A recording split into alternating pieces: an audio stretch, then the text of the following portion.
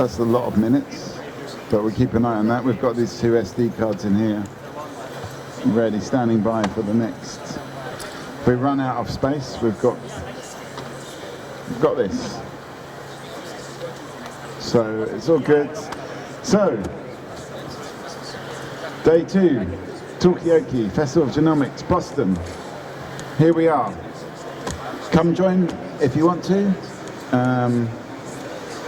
If you don't know what this is Talkaoke, which just involves talking to this microphone. Come and join us. 2 minutes.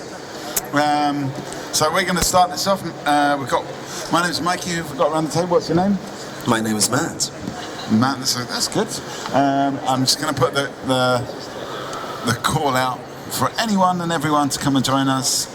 No expertise needed. You just simply have to be a human being or other being that can communicate in English. Okay, so Matt, have you got anything you want to kick off with? Yeah, I think it's been a very good time we've been having here. And one of the topics we're talking about today is newborn screening, and that's something that we briefly touched upon yesterday. Touched upon it yesterday, yes. Yeah, how important it is to some people to have healthy babies. We all like healthy offspring. Yeah. Right, but like, what is healthy? When does healthy step on eugenics? It's an ethical question, and it's a question of how. How do we do this sustainably? Because there was someone raised the point that in order to do whole genome sequencing for every single newborn, the cost of sequencing would have to be between $100 and $150 per baby in order for this to be profitable in the US. True. So it's a question about again, ethical question of. I mean, if I was to say, give me 300 million, well, it wouldn't be 300 million, would it? I don't know how many live births there are per year. We learned that yesterday there was 7,000 people who was. Per day?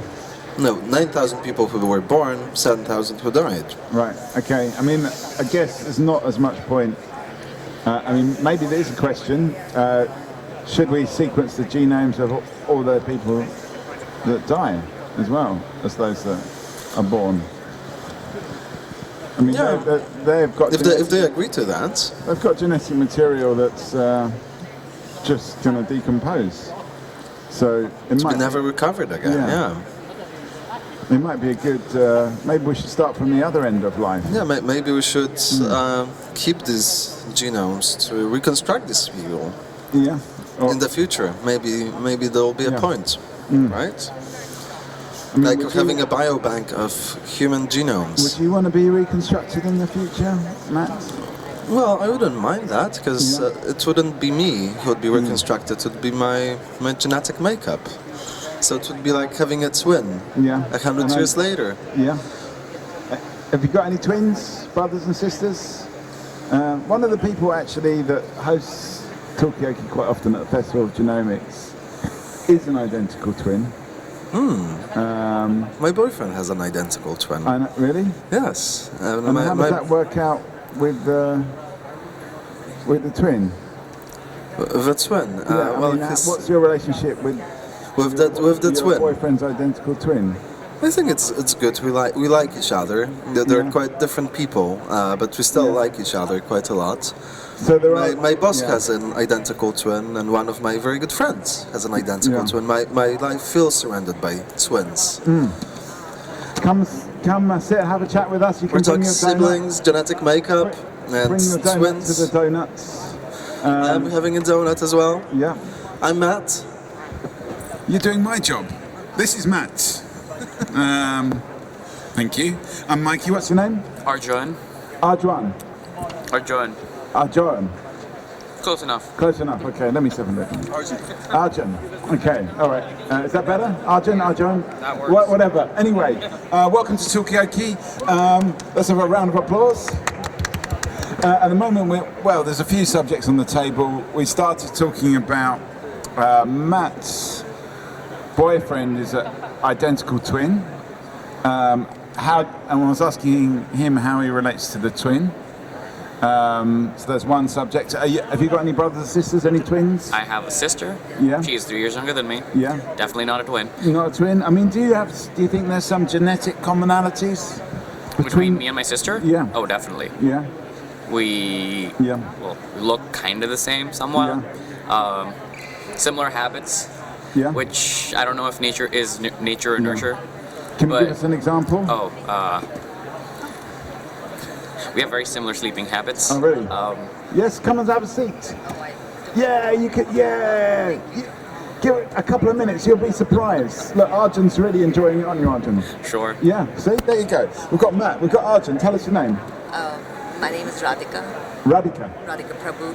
I'm with a company, so I can't You can't, or have you got secret information you can't divulge? have secret information, but I'm not supposed to be. Yeah, you can come and have a seat. Well, I want to find, have you got any brothers or sisters? That's what we're talking about at the moment. And do you share common genetic traits? Yes, I do have a sibling. I have a brother, but Yeah. no, I don't know if we should be having some common Yeah. genetic traits, but I don't see any phenotypic. Yeah. representation. Arjun's got similar sleeping habits to his sister. Anyway, that's what we're talking about. We were talking about newborn screening. That's what you want to talk about? Well, I wanted to speak to, I don't know if somebody's going, is there an expert that's going to come in and talk Yes. about newborn screening? Okay. You. No, I'm not an expert. I'm here to learn. Arjun, do you know anything about newborn screening? Nope. No. Do you know anything about newborn screening? Not much, no. But, I'm a okay. biochemist, so I know stuff about proteins. Yeah, you know about proteins? Yeah, I can screen proteins, but not newborns. About newborn screening. Yeah, It's, come on there you go. Come and sit down. Come and tell us about it. That's fantastic. Let's have a round of applause. Okay, so, are you in favour of newborn screening? Do you think it should Yeah. happen across? Yeah, it's great because it helps identify some of these really rare fatal conditions. So Yeah. it is something, it's a very important thing because most of these patients with these kind of rare conditions, they have a really long diagnostic odyssey before they get their actual diagnosis. So this Yeah. helps identify that and maybe get them the treatments that they need early on. Would you come join us? This is Talkaoke Pop-Up Talk Show. At the moment we're talking about newborn screening. Would you be in favour of screening every child born in the USA? I think it's a good idea. Come and sit down. We've got Radhika, we've got Arjun, we've got Matt, and Mikey. What's your name? Thierry. Thierry. Yeah. So at the moment we're talking about this. Radhika's got some knowledge. We're just people. We might have an opinion on it. But you think, would you do every live birth or just the ones No, that I have I don't think it's required. Yes, every live birth for certain conditions. I think everybody should get that, but Yeah. it depends on, right now we have a RUSP, which Yeah. is where certain conditions are mandated, and those are ones which are really fatal, rare, and may have some treatment options. So those I am in favor of, and everybody should get that. But not necessarily across the board for every child. I don't know. That's a. I've got opinions on that. So it really depends on if we get to a point where second generation children are getting screened and the parents already have certain factors in their genetic makeup that make them predisposed to certain diseases. And I think that definitely should be a case. Otherwise, I see a lot of, say, Luddites who would say, absolutely not. The government cannot have my DNA or my kid's DNA. Well, that's always a problem. Yeah. That is always. I think there's a lot of education that needs to happen. That's not how it's. It doesn't mean that if you're part of the newborn screening and you're getting screened for certain condition doesn't mean that. It's just to help identify these aspects. Do you have children? I do.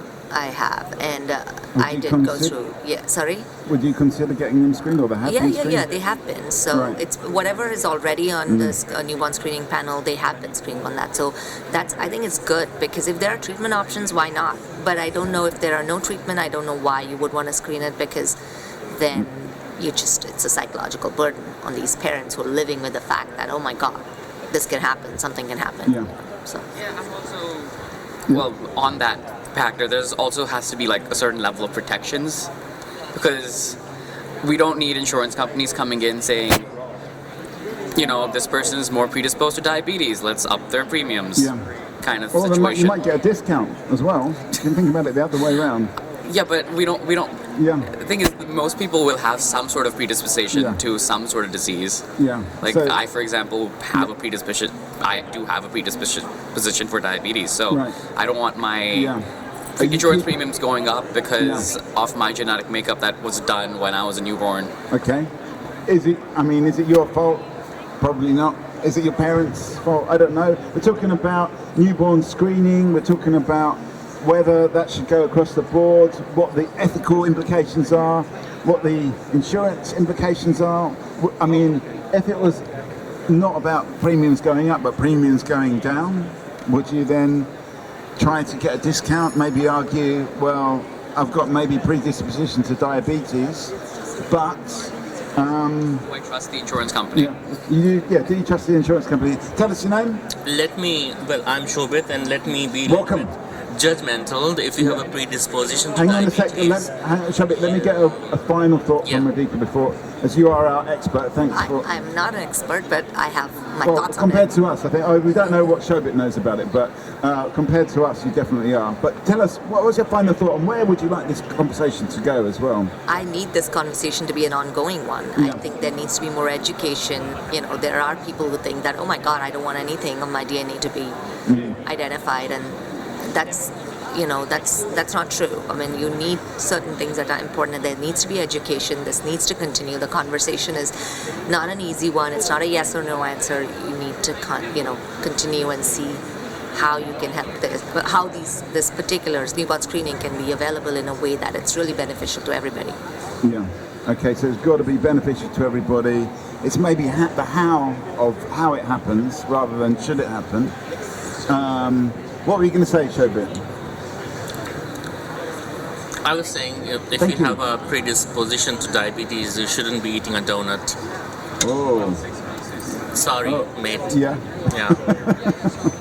I mean, can we not enjoy a few? It's too late. The donut's been eaten now, anyway. That's for the future. I mean, can you not enjoy a simple one donut here and there? If you've got you think no? No. No? No? It doesn't help. No? No. Okay. I mean, I don't know actually if I've got a brief. Come and join us. Yes. You're in a sort of side meeting to the main meeting. Well, this is the side meeting to that meeting. So, if you finish your side meeting, come and join us. In the meantime, we'll try not to disturb you, although we are talking loudly into a microphone. We're talking about a few different things: a predisposition to diabetes. Should you be allowed a donut? And should, in fact, the Festival of Genomics be giving out free donuts with this knowledge floating around? This is America. You get donuts for free and coffee to pay. Right. Okay. So, yeah. Yeah. Well, that was the big subject of controversy Well, yesterday. the point being, yes, I think you can have a donut, but if you exercise and you eat healthy and you sleep well, then yes, you're allowed to have a donut 1 quarter. A quarter of a donut. No, every quarter. One Every donut. quarter? Yes. Okay. I mean, come and join us. This is Talkaoke, pop-up talk show, where we can talk about anything you want to talk about. At the moment, we're talking about what should the allowance for a person with a predisposition to diabetes be in terms of their donut allowance. Shobit says 1 donut per quarter. I mean, I'm not allowed to give my opinion about that, but I mean, you can tell me what you think about that. We've got Shobit, we've got Matt, we've got Arjun. Tell us your name. Roman. Roman, Yeah. do you have any predispositions that you know of? Ironically, I am type 1 diabetic. Right. I guess coincidence that you flagged me down. Yeah. But what was the question? Quarterly donut allowance Yeah, or something like that? should it be 1 donut a quarter? I mean, I guess you're talking about type 2 diabetes. Talking about Yeah. I'm not even talking about diabetes. I'm just saying that Yeah. hey, I was talking about insurance and Yeah. saying if there's anything in my genetic makeup that says that I will get a certain disease later in the future that will require insurance to pay, they're going to up my premiums. Yeah. I wasn't really talking about diabetes in general. I was just and talking if they about... found out about your donut consumption, then maybe the even premium that. would go up even further. So for example, like even now, like if you're a smoker, yes, your insurance should be higher, but do you certain think things... it should be higher if you're a smoker? Yeah, definitely. What about if you're a secret smoker? I mean, with smoking, there's like so many studies been done that increases lung cancer rates. So you're kind of giving yourself cancer at that point in time. Right. Okay. All right. So you're giving yourself cancer if you're going to smoke. Matt. It's easy to be smart when you're not addicted. Yeah. As an addict of nicotine. You're an addict. I'm an addict. Yeah. It's a disease. It is treatable, of course. Yeah. I hope. I've quit a few times. But it's really hard to unwire your brain from smoking. Yeah. So, I guess policy changes like the ones that we're talking about in the UK, of just not selling cigarettes to anyone, is one solution. But yeah. Sorry, Jake, please continue. No, when they're saying they're going to keep increasing the smoking age by like a year until they reach like 30 or something. Yeah, I think that's the plan of Rishi Sunak, which is our prime minister. But I don't the know. smoking age is going to be raised higher and higher until... Or like say, I don't know, what's the smoking age right now in the UK? I don't know. 18. 18? Yeah. People who are 17 right now will never be able to smoke. They're never legally, going to anyway. be able to legally smoke. Yeah. The caveat there being legally, just because the drinking age in the States here is 21, doesn't mean that didn't stop university kids from drinking at parties or high school kids drinking at parties. To kind of go back to the insurance claim, just because you are a smoking person doesn't mean that your insurance claim should also go up. What if it does if you get the services to treat it, but what if you're predisposition to become more addictive? We're now learning that addiction is genetically linked. You can analyze your parents. They say, the likelihood of this is X, Y, Z. Based off of that, we will now charge you, even though you may never become addicted. Well, I mean, hang on, let's ask the addicts. Are you a genetic addict or an epigenetic addict? Or is it... Who knows? I think I do have some family history of addicts. So maybe I am genetically predisposed to be an addict. Yeah. Should I pay more? Should you pay more because of your genes? Because of my genes and because I'm... For your genes, you're paying more because you are smoking. That's where I'm at. Like, you shouldn't... Your premium shouldn't increase. A choice, really. Yeah, your premium shouldn't increase because of who you are. It should increase because of what you're doing. Yeah. You know, like, so it shouldn't be I'm okay with that part. I don't like it personally, but I'm like, whatever. It is. At what point do we start falling into Gattaca, though? At what point, the movie, I recommend, if you haven't watched it, I do recommend it. It kind of covers this whole philosophical sci-fi debate. Do you think we're slowly moving towards Gattaca?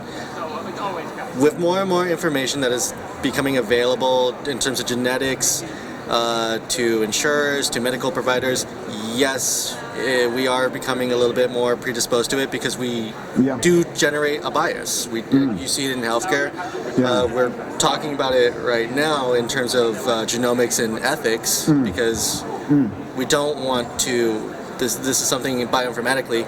We always crunch things down to numbers and nice little gene plots and you have all these cells here. This means that they're doing XYZ function. We don't look at the person, which is something that we need to truly evaluate. And just because someone has a predisposition or genetic inclination towards addiction doesn't mean they will ever commit to an addiction or some sort of substance abuse. Okay, so are we genetically predisposed to genetic determinism? That could be a question. Where do we draw the line on this? Is it Matt's choice that he's an addict? Is it down to his genes? What about the donut? Go to like is it fate or is it? Was it supposed to happen, or did it happen because you made the conscious choice to make it happen? Yeah. Okay. So we're getting in there. but free will doesn't exist. I don't know if you knew that. Really? Big news. Nothing is a conscious choice. Your brain chooses before you know you choose things. So, yes, it's not fine. Case, is there any point in having medical insurance? No. No. Okay. Everything is fine. Okay, so Yeah, we didn't make the conscious choice on that one, but I think it was a good unconscious decision. Anyway, where we're going to go with this conversation? Do we want to talk about genetic determinism? Do we want to talk about the movie Gattaca? For those who haven't seen it, maybe we can have a little kind of plot description. Give us a final thought, Arjun. I don't have any. What are you doing here at this Festival of Genomics? I'm just going around seeing what new technologies are around. Yeah. And I mean, have you got particular interest? mostly like NGS sample prep, sequencing, Right. that basic pipeline, which is basically what everyone here is doing Yeah. to some extent.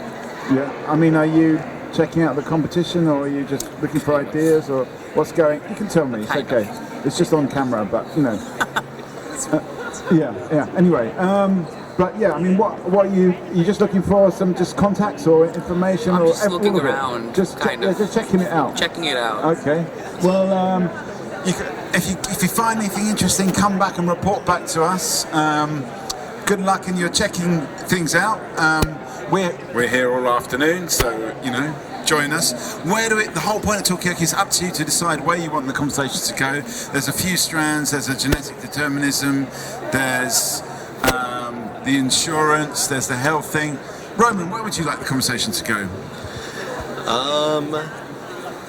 Let me see. I don't know. We could swing back to determinism and talk about overall, free will versus genetically predestined. I guess. I mean, you are more than the coding within your body. The coding within your body determines what you look like, what you can do, if you're athletic, if you're not athletic. Well, you have this disease, that disease. There's more to you than the sum of your parts. You are the sum of your parts. Okay. There's more to you than a bit of code. I mean, this kind of goes back to your boyfriend and his twin brother, identical twin brother. They're not the same. But different. Same but different. Yeah. What's that? Yes, they are the same but different. Have you ever confused them? Maybe initially, but not now, not anymore. I think they managed to change. How do you sort of recognize one from the other? The other one is in another country, so Right, okay. I hope. Maybe So they swapped it's distant. at some point, Yeah. and maybe I haven't noticed. But that would be strange because my boyfriend's twin brother is straight. Right. Okay. And my boyfriend is, well, Okay. not naturally straight. Okay. So, all right. So you've got an identical twin. One is straight. One isn't straight. What does that tell us? Does it tell us anything at all? No. No. Why? There's no need to know anything there. I mean, it's two different personalities. I think we can say that, which kind of backs you up a little bit there, Roman. I think. Yeah, a little bit. Does it tell us anything? You say no. What do you think it tells us anything? Nature versus nurture, I guess. That maybe not everything is genetically. Well, weren't they nurtured in the predisposed. same way as well? The two brothers. Well, one of them was born 5 minutes after the other, and apparently they always had this dynamic of one of them being the older brother, although they were born 5 minutes apart from each other. Okay, so actually their life experiences were different. By 5 minutes. Okay, I'm just going to fill you in. This is Talkaoke pop-up talk show. It's just simply about talking to this microphone about whatever comes up. We've got Shobit, we've got Matt, we've got Roman. Tell us your name. I'm Deanna. Deanna. I'm Mikey. And at the moment we're talking about, Roman mentioned Gattaca. We started talking about genetic determinism. You're more than your genes. We've got an interesting case here. Matt's boyfriend is an identical twin, but one of the identical twins is straight, one of them isn't. So there's kind of an argument against genetic determinism, but we're trying to, Shobit says it doesn't mean anything. It doesn't mean anything at all. You're kind of saying it's the nurture might have been different because one twin is going to be dominant. So yeah, that's what we're talking about right now. I don't know if you've got anything to throw in at this point. It might be a. Do you know any twins? Any identical twins? I know non-identical twins. What's that? Non-identical twins. Oh, non-identical twins. Do you ever get them confused? No, because non-identical are not confused. Yeah, they're easier to spot. They're Yeah, easy to yeah. Okay. Matt, you got anything else to add on this or show it? Give us a final thought. I'll refer back to the last statement. It's just, I can give you the same two pairs of dice, and we can both roll it together. We can have the same environment, same tools that were given to us. We're still going to come out with different results. It's just a random luck, random chance, and whatever you want, just you're gonna pull out and do something. Yep. Take care. Yeah. Okay. So. Mauricio from me. Say Shobit says hello. Shobit. Okay. So people know each other around here. Where do we want to go with this conversation? Do we want to talk about this genetic? I mean, Roman was the main person throwing in that conversation. Do you want to go with this? Do we want to talk about something else? Do we think he's right? Is there any point studying all these omics if things are going to come out different every time anyway? I don't know. People, help me out here. Come on, let's liven this up a little bit. Is there a point of doing anything then in that case? No, I think there is a point of doing omics and then trying to understand a little bit, like disentangle things, tease them apart. Like obviously there is a certain level of stochasticity in natural sciences. Like not everything is deterministic, right? Like physicists yesterday were correcting me on quantum mechanics, quite rightly so. That some things you cannot determine, and that it's fine. But we can try to understand what's going on. But then, we are not the sum of our probabilities. We're more than just probabilities. We're more than just probabilities. Are we? Maybe we're all dreamt up by some higher up being. But does it matter? Oh no, we are the aliens. What? We are the aliens. Yeah. We always look for aliens. We are the aliens. Right. I mean, multiomics. What is that? Right? It's a trick. Yeah. Does a cow know how to do multiomics? Does a plant know? Some humans know, not all. Yeah. So how did we become so sophisticated that we can go to different planets? We have satellites at moon, and Yeah, we're the freaks. Yeah, we are the freaks. We are the anomaly. So that's why we want to try to understand us better all the time with these techniques. And the more and more it develops, like now in a talk they said they could do a whole genome sequencing under 9 hours, which is a new world record. So that's the speed. We did not know about this 20 years ago, which is when exactly this whole genome sequencing started, and they could do it for under $3,000, which is commendable. And it is useful, yes, because we are curious by nature. So this curiosity kills the cat, but how long do you want to go with it? Like, what is next? I mean, so many questions there. Is curiosity kind of deterministic, or is it the opposite of deterministic? Do you feel like a freak as a human being? Always. What's that? Always. Always a freak. I mean, what do you think of this? Are we the? I mean, isn't it a bit weird that as creatures we're so curious, we almost gather knowledge, almost like That's the tool for evolution, curiosity. Say again? That's the tool or threat for evolution. Yeah. Because that's what makes us. Is this a product of evolution? And where is it? Where are we going to go with this? Are you evolving right now? Oh, what's the talk on? Tell us. What did it say? Drug discovery. Well, good luck with that. It's again about curiosity. They're curious whether they're going to discover any drugs. Yeah. And they usually probably do. Yeah. I mean, is it down to, are we in this game for our curiosity? Is that what it's about? Wanting to discover new things, be it drugs or proteins? No, it's about money. Is that the money? Let's be honest, it's always about money. Yeah.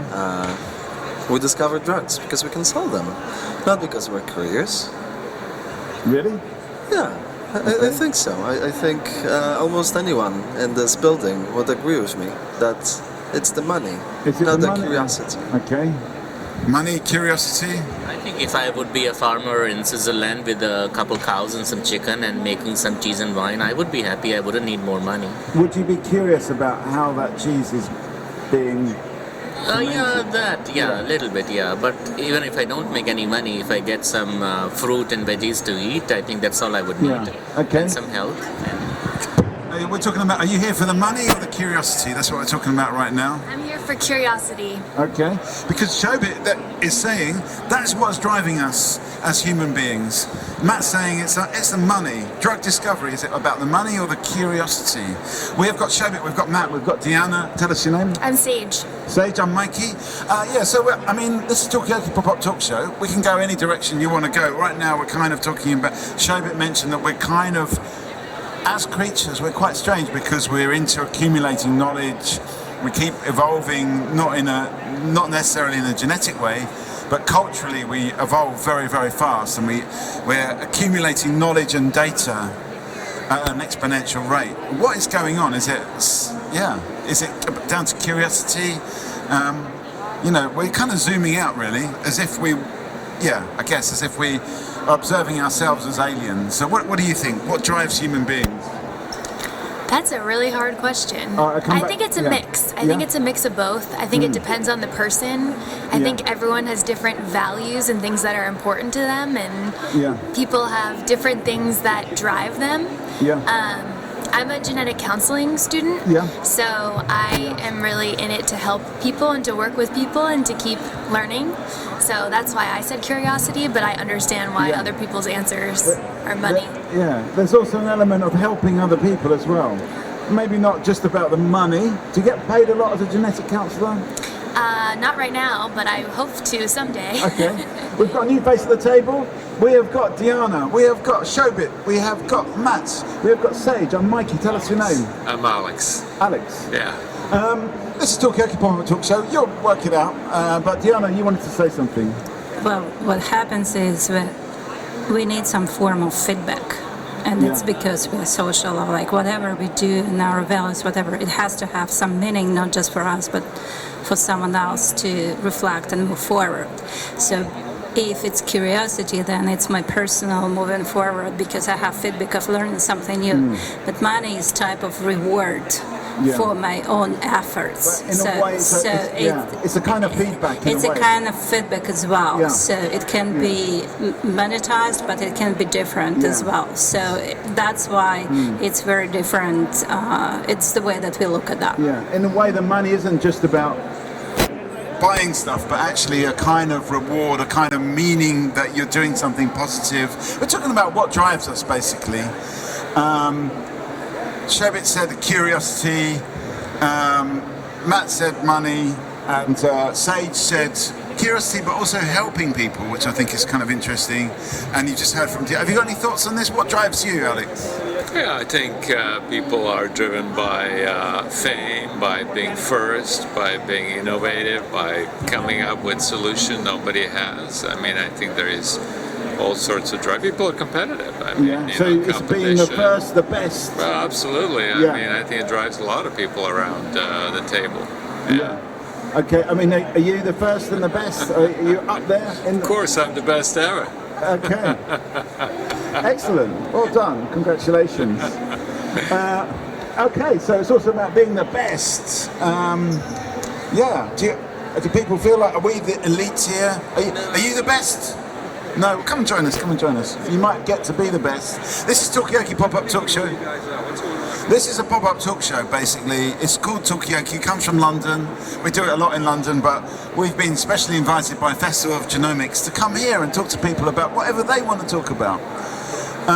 We were talking about genetic determinism, then we were talking about Matt's boyfriend is an identical twin. His twin is straight, but he's not, so what's that about? And what makes us as people? Are we just a random set of codes and events? Or is there more to it? Is it about curiosity? Is it about helping people? You know, these are the things we're asking. What drives us here?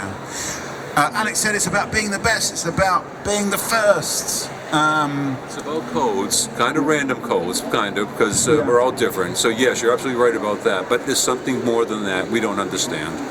You know, life and death, and why are we here, and our existence, and all those existential questions. So yeah, it's both, man.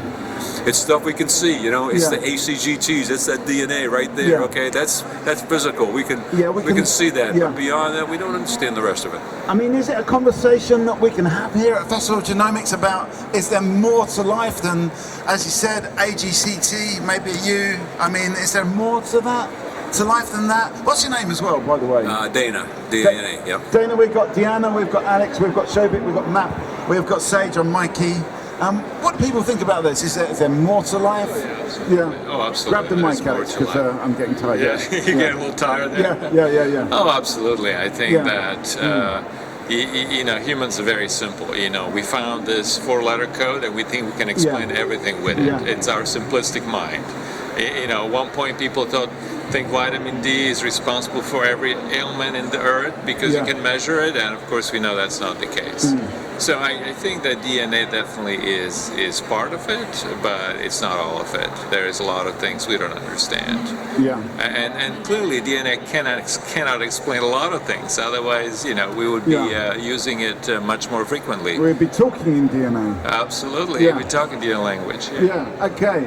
I mean, what do other people think? Is there more? And what is the more? Where do we go with this? Sage, you got any views on this?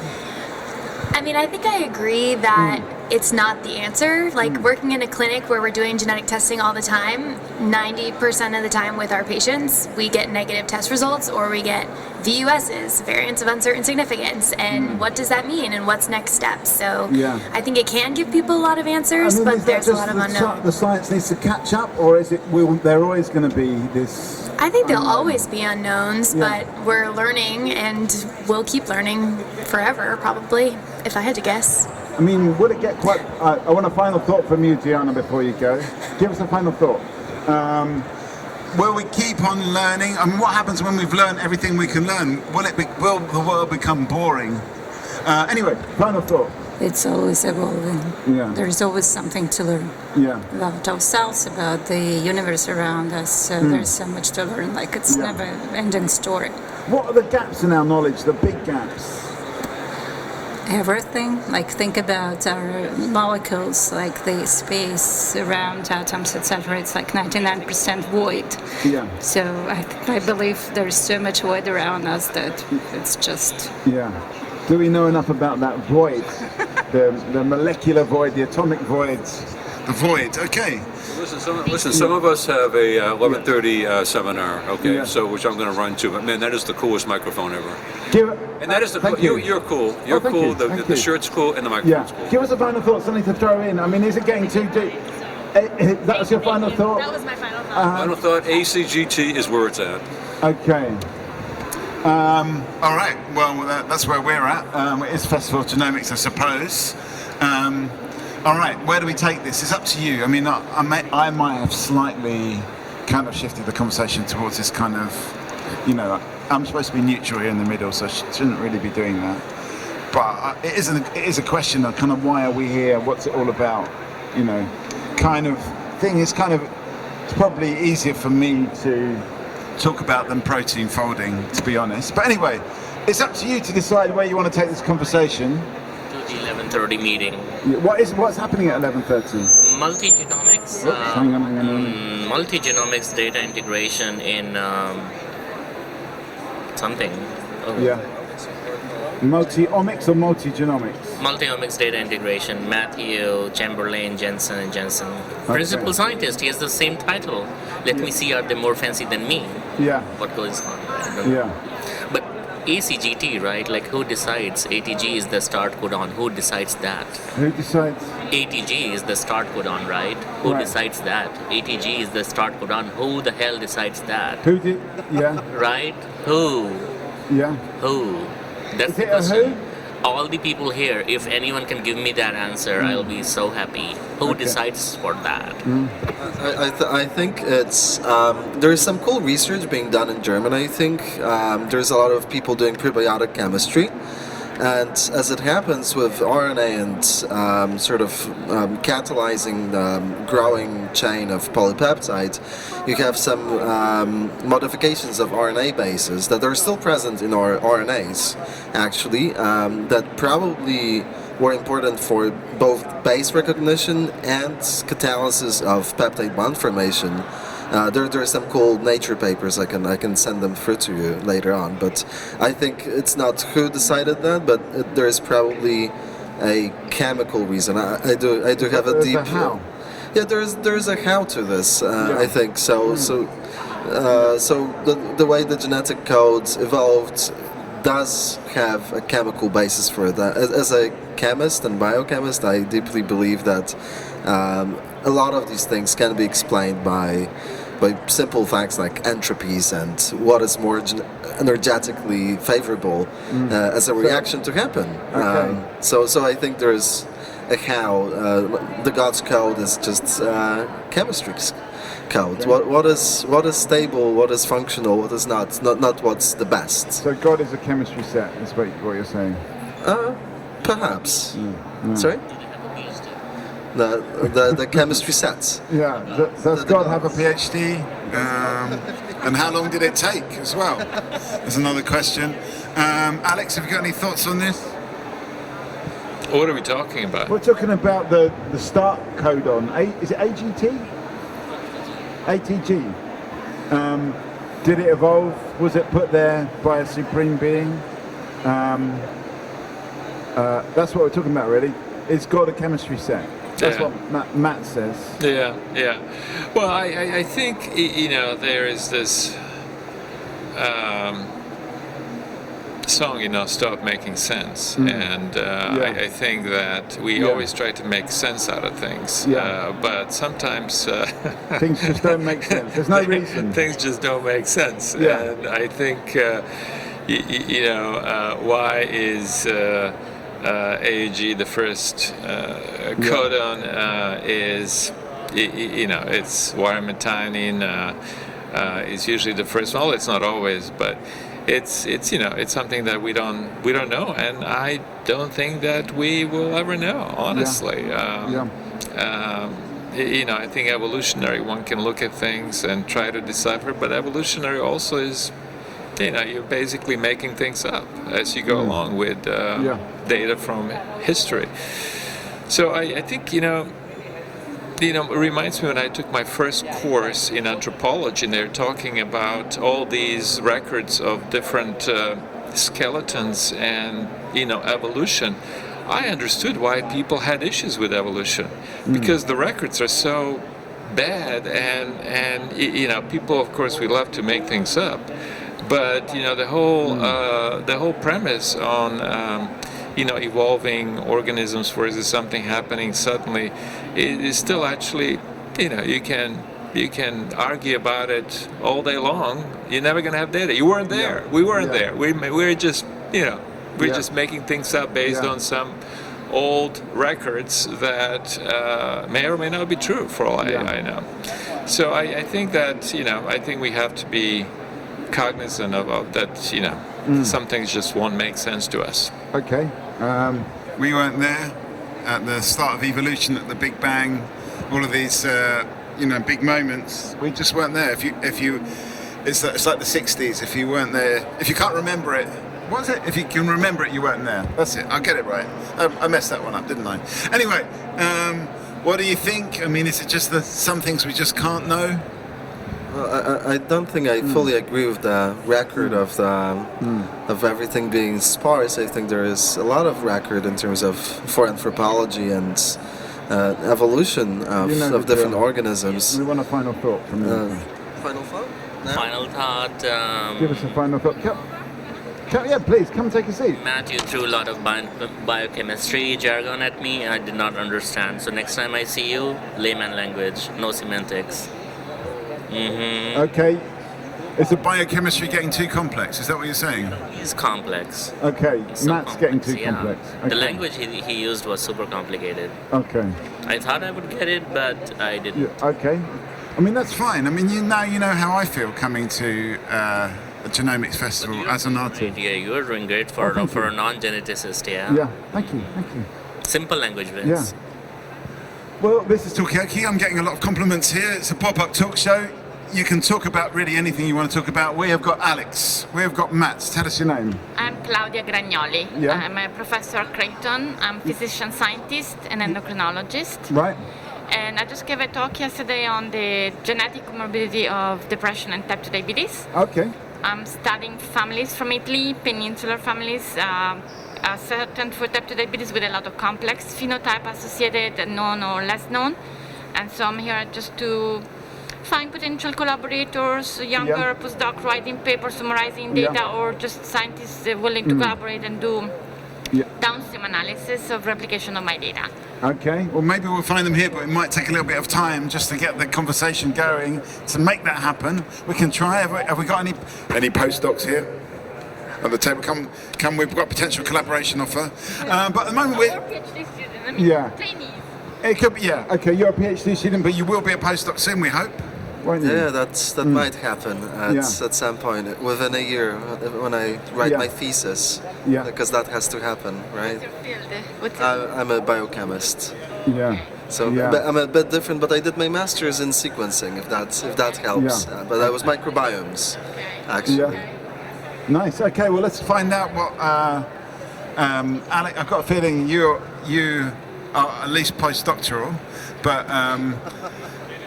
You may have moved on a little bit from them, but tell us what your field is. Reproductive genetics. Right, okay. Yeah, I love everything about conception, reproduction. That's where you're going to make the biggest impact before the human being is created at the embryo level. That's where all the genetic That's where the magic pathology happens. is. That's where you're going to have to act if you're going to prevent genetic disease. I think once that conception happens, we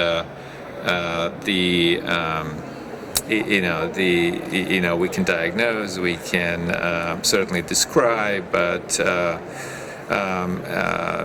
delivering therapeutic to every single cell is just not going to be a possibility. Yeah. I mean, are you? What do you think about the future editing of embryos, gene editing of embryos? Do you think it's going to happen? Well, I think there's a lot of technical issues. I think what may happen is you may have actually germ cells. You may generate germ cells from people's skins, and then you can edit them, especially if people carry certain genetic traits that may cause problems. But of course, embryo manipulation is ethically a very challenging topic, always will be. I think people just find that area to be very radioactive. You're playing God and stuff like that. But the fact is that, we have many million babies already born through in vitro fertilization. So, it's time to stop being scared. Yeah, we've got to face this future in one way or another. I just want to ask you something, because I haven't heard your talk, but I find it very interesting. So, you said you're working on genetic basis of depression and Comorbidity of diabetes and depression mainly now, depression and diabetes, but I'm interested in the comorbidity approach in the genetic pathogenesis of common complex disorders that are clinically associated. Type 2 diabetes and depression is one example, but you can take all the known diseases that we know are associated with diabetes. Could be dyslipidemia, hypertension, but you can name things like mental traits, anxiety is associated with diabetes, insomnia is associated with diabetes, sleep hours duration is associated with diabetes, and then you can take bipolar, schizophrenia. All these disorders per se, the mental as well as the metabolic, have shared genetic pathogenesis. So my point is that we've been behind finding genes that we have needed to use hundreds of cases in control, because we could not exploit the benefits of families in which you can look at the inheritance of the comorbidity of the disorder through generations. So I have families that are recruited for diabetes and characterized for all these phenotypes, the known and less known, like the mental traits, for example, or the lifestyle factors.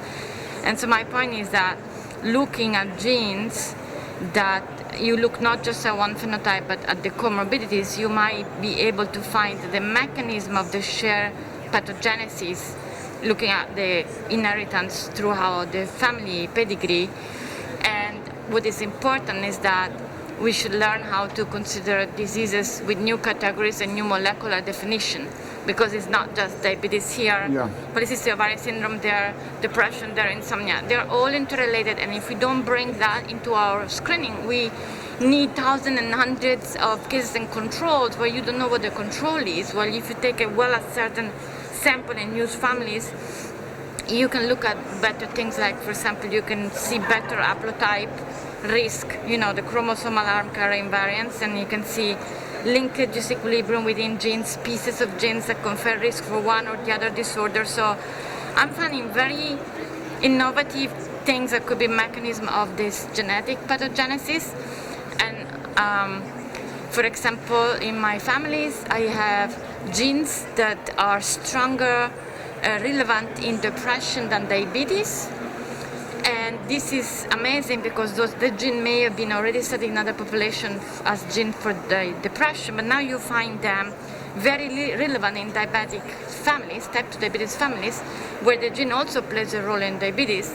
And so here is you're going to look at a common endophenotype, pre-phenotype, and try to say, okay, this is how we need to characterize our patients and how we can exploit better finding genes. Do you follow me? So patients will be characterized genetically rather than by some woolly description of a disorder that might have different... You need to start with the description, but then when you find the genes and you find the commonality or the mechanism explaining why that gene can cause both depression and diabetes, and you have found that, like in my case, depression seems much stronger and diabetes second, then it start, at least in those group of patients and families, start with depression, the problem, then goes in this way. I was thinking about the HP axis, the cortisol pathway, the hypothalamus pituitary adrenal pathway, the stress response, and then it goes, and with time lead to diabetes because high cortisol can do that.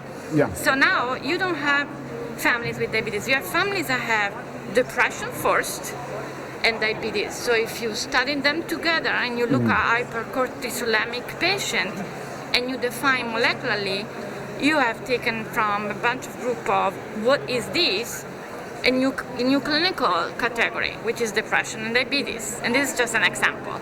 Right, great, yeah. So is that basically a new way to stratify patients, essentially, and just grouping them in, let's say, different groups based on that, and could this lead to like new treatments based on that? So like, for example, if you treat their diabetes very well, does it mean they will become less depressed? Or if you treat their depression, does it mean they're less likely to get diabetes?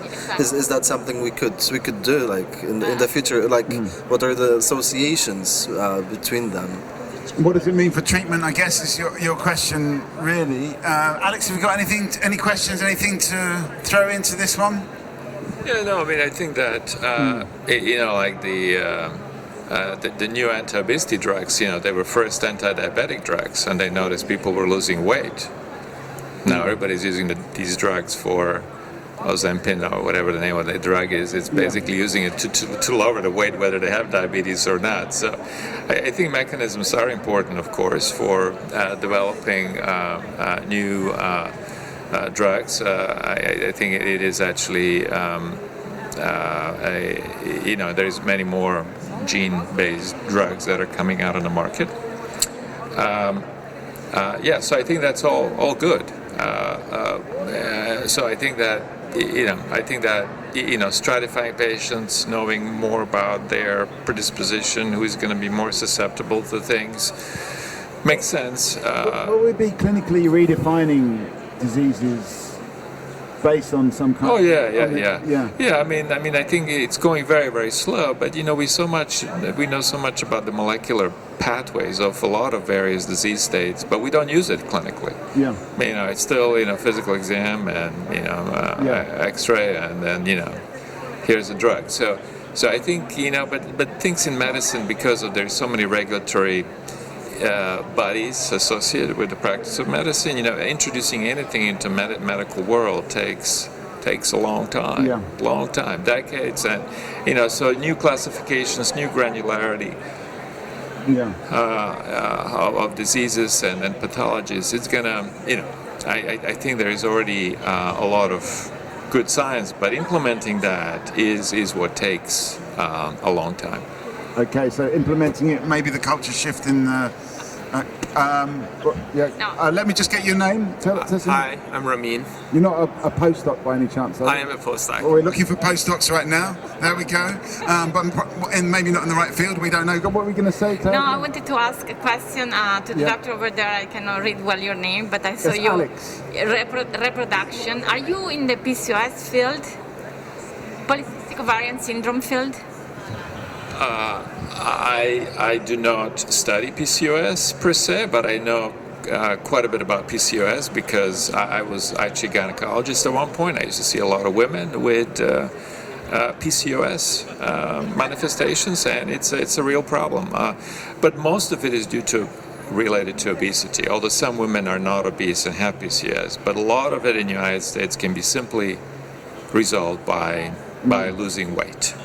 Okay, so you're a gynecologist first, and you've moved over into this field. So I guess you have got that insight into how it works, and from a treatment perspective. What's your we're doing on kind of what's your field thing. My field is chat, but tell us what's your name again? Ramin. Ramin. What's your field? I'm a computational biologist. Right. Okay. I work at Master Hospital, the Cancer Center. Yeah. We analyze sequencing data from tumor cancers or lab models related to lung cancer, and we try to figure out what are the underlying mechanisms that leads to resistance to targeted therapy. Right. Okay. And what brings you here to Festival of Genomics? Just checking it out. Yeah, checking it out, learning more about what's new in the field. Okay. All right. Where do we want to take this conversation? Matt, help me out. I'm just still fascinated by depression and diabetes comorbidity, because one of them is easy to define metabolically. Give us a final thought. Hang on. Give us a final thought before you go. Thanks for joining us, Alex. Well, I think final thought is that genetics is going to be around for a long, long time. We hope. and research is going to be. We have just begun to understand the genome. I mean, we only understand less than 5% of what genome does. So it's plenty of work to make associations and manipulations and so on. So it's a great field. You come from a clinical background. I mean, is there also a kind of culture shift that has to happen with doctors using? Doctors are already using genetic testing quite a bit. I mean, the most common thing is carrier screening, then tumor testing and cancer genetics are probably the second most utilized tests. Then, of course, we have pediatric and so on. I think the testing is rising, but the question is always, how is it making a difference for the patient? And those questions still need to be answered. So there is still a lot of questions about how do we clinically utilize these results that actually benefits the patient. To benefit the patient, instead of just saying, "Oh, this is your diagnosis. You got a bunch of genes. This is what explains the structural defect. But what are you going to do for me?" And that's what's still something that is going to take a long time because it's not easy to target these things. So all this, and we have researchers targeting depression, all this stuff, but all these things are still very descriptive. Let's put it this way. So it's like we know a lot more about why you've come to us, but that's exactly. Now what are you going to do? Okay. So thanks for that, Alex. Thanks for joining us. As I said, this is Talkaoke Freeform Talk Show. No. Oh yeah, Matt. Left, but it's Matt was saying you were right. Actually, you could do this job, I think. I just wanted to follow up because diabetes is something can easily define by looking at someone's glucose levels after they have some food, but depression is not as easily categorized. You can quantify how much, let's say, fat body percentage someone has. You can look metabolically at this, but how do you stratify depression? I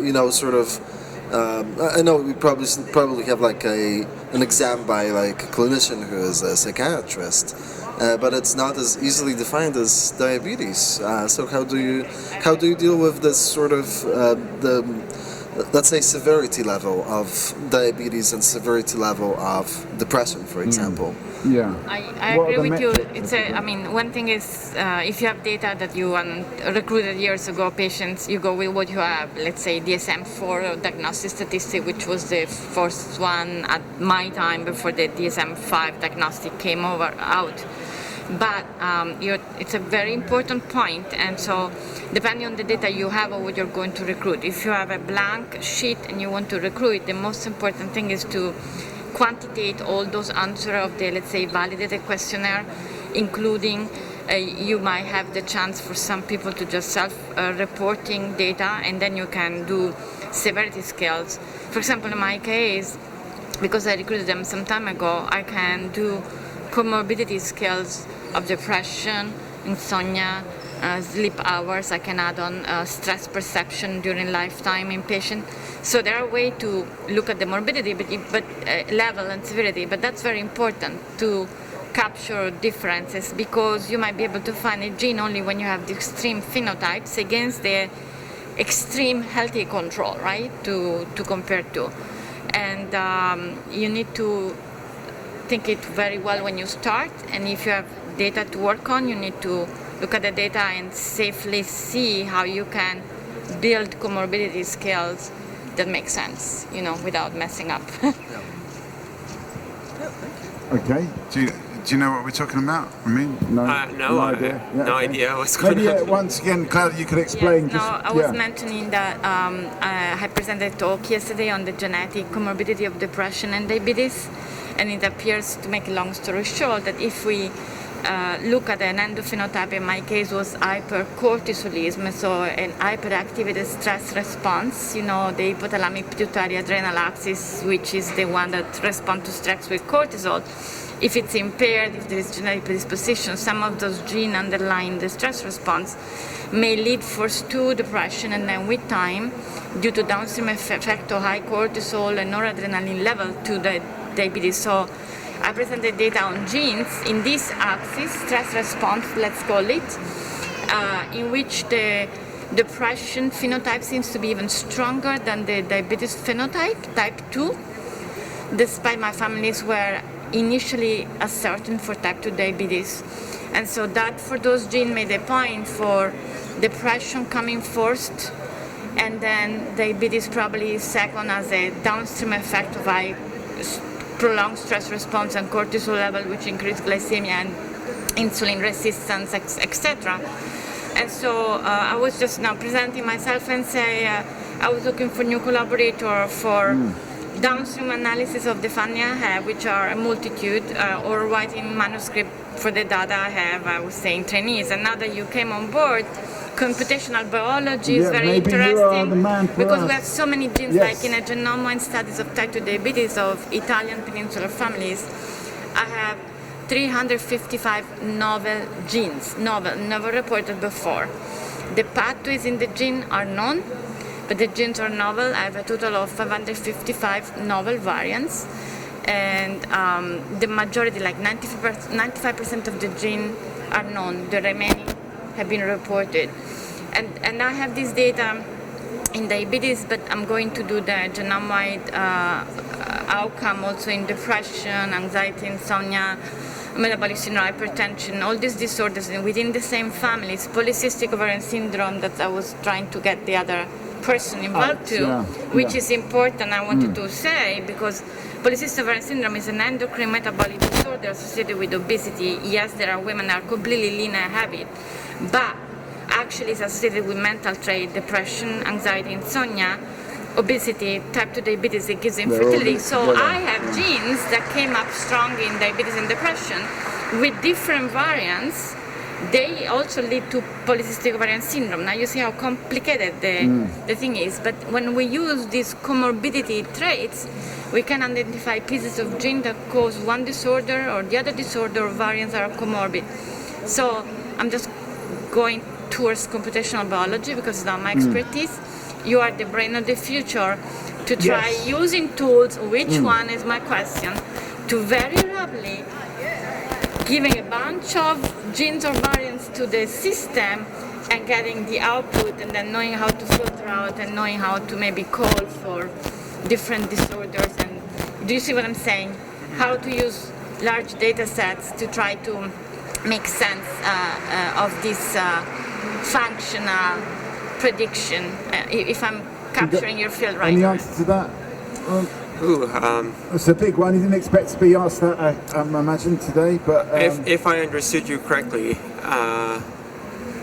you have a number of genotype and phenotype, and you think they are related to each other, and you want to know the effect of each of these genes on the said phenotype. Now, you can come up with different models to explain that and to have some predictive value. I guess I need like more information to like decide which model would be best, or how you can approach that. Guess at this point, like a thought, just without any information. I can't. Sorry. Yeah. Do you have a tool that you're using more than others when you are looking at the genes in cancer genetics to try to identify the functional effects of those genes and the variants that have been reported? I am not an expert on the GWAS studies, but yes, so I really can't give you an answer right now. What I usually do in my day-to-day analysis is mostly looking at the underlying mutation mechanisms and trying to figure out what caused the mutations in the first place. The modeling of the genotype and phenotype, which is like the next step, we haven't been doing a lot of that yet. Okay. The origin of the mutation, how it did develop in that gene, how did it arise? In the context of cancer. Yeah. Okay, so you're quite zoomed in. I mean, we were talking a little bit about this yesterday. You missed yesterday's talk. Where do we want to go with this conversation? I mean, is there a potential for collaboration? This is just out of my scope, but there is an overlap, as you know. Obesity, type 2 diabetes have high risk for cancer. All the IGF pathway, the insulin receptor pathway, glycemia per se, which nourish the cancer cells. All those drive to cancer, so there are going to be, and I'm sure there are already identified pathways that overlap between diabetes and cancer predisposition in general. You know that, right? Yeah. Yes is the answer.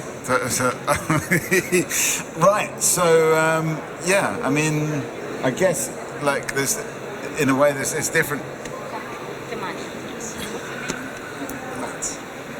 There we go. Okay. Matt's but he's also a biochemist. Part of the network here. You're not like an attendee like us. No, we're trying. We're trying to do exactly this, trying to get the magic happening, where people can talk to each other. I mean, I think one of the things is we've got people coming from very different fields, and sometimes they not exactly speak different languages, but they've got such a different perspective on this field of genomics. Yeah. So it's nice also to get people having a discussion. I'm not an expert in any of these. All my expertise, as I said, is in chats. But that's why I'm asking you. Thank you for the suggested round of applause. But I'm asking you where you want to take this conversation. It's kind of like up to you, really. My job is simply just to pass the microphone around and try and sum up some of these things. Matt, have you got anything for us?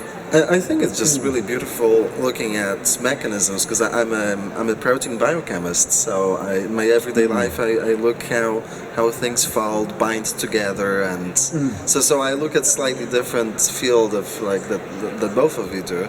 But like, I think we're all looking for sort of a similar piece of puzzle. Have you got a particular protein that you're interested in? Yes, so my protein is a cancer protein. It's P53 that I'm looking at it, and I'm looking at post-translational modifications of them and how they affect binding affinities and how differently they bind to DNA, chromatin, and all of the stuff, which is like really important understanding how cancer is prevented.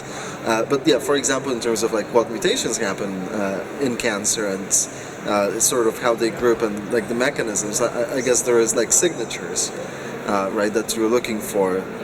Is that correct? Are you looking for signatures? Signatures. Yes. Yeah. So the enzyme that I'm interested in is ApoBec3. I don't know if you're familiar with that, but they looked at the mutational signatures in cancers using NMF models, and there are different processes undergoing. The most famous one being just like the spontaneous C2T mutations in the CPG context, that is like a clock signature related to aging. It just happens. And that's like the most common signature. The second most common signature seen in many types of cancer is the ApoBec cytosine deaminases. And these are enzymes that are part of our innate immune response. So when a cell is infected with a virus, the expression of these enzymes goes up, they attack the viral genome. What's the enzyme name again? I lost it. They are cytosine deaminases. It's called AID and ApoBec family of enzymes. So they attack the viral genome and cause cytosine to uracil deamination, degradation of the viral genome, and like restrict the viral replication. But they are a little bit of a messy thing, and they cause mutations at the host genome as well. So if you have a lot of inflammation response or like viral response and these enzymes are not regulated well, you will get a lot of mutations in the genome, and by chance some of them might be driver mutations. And that is possibly one of the mechanisms for which if you carry ABV, which 90% of adults have, you might have more predisposition for cancer. I am not quite sure with the EBV.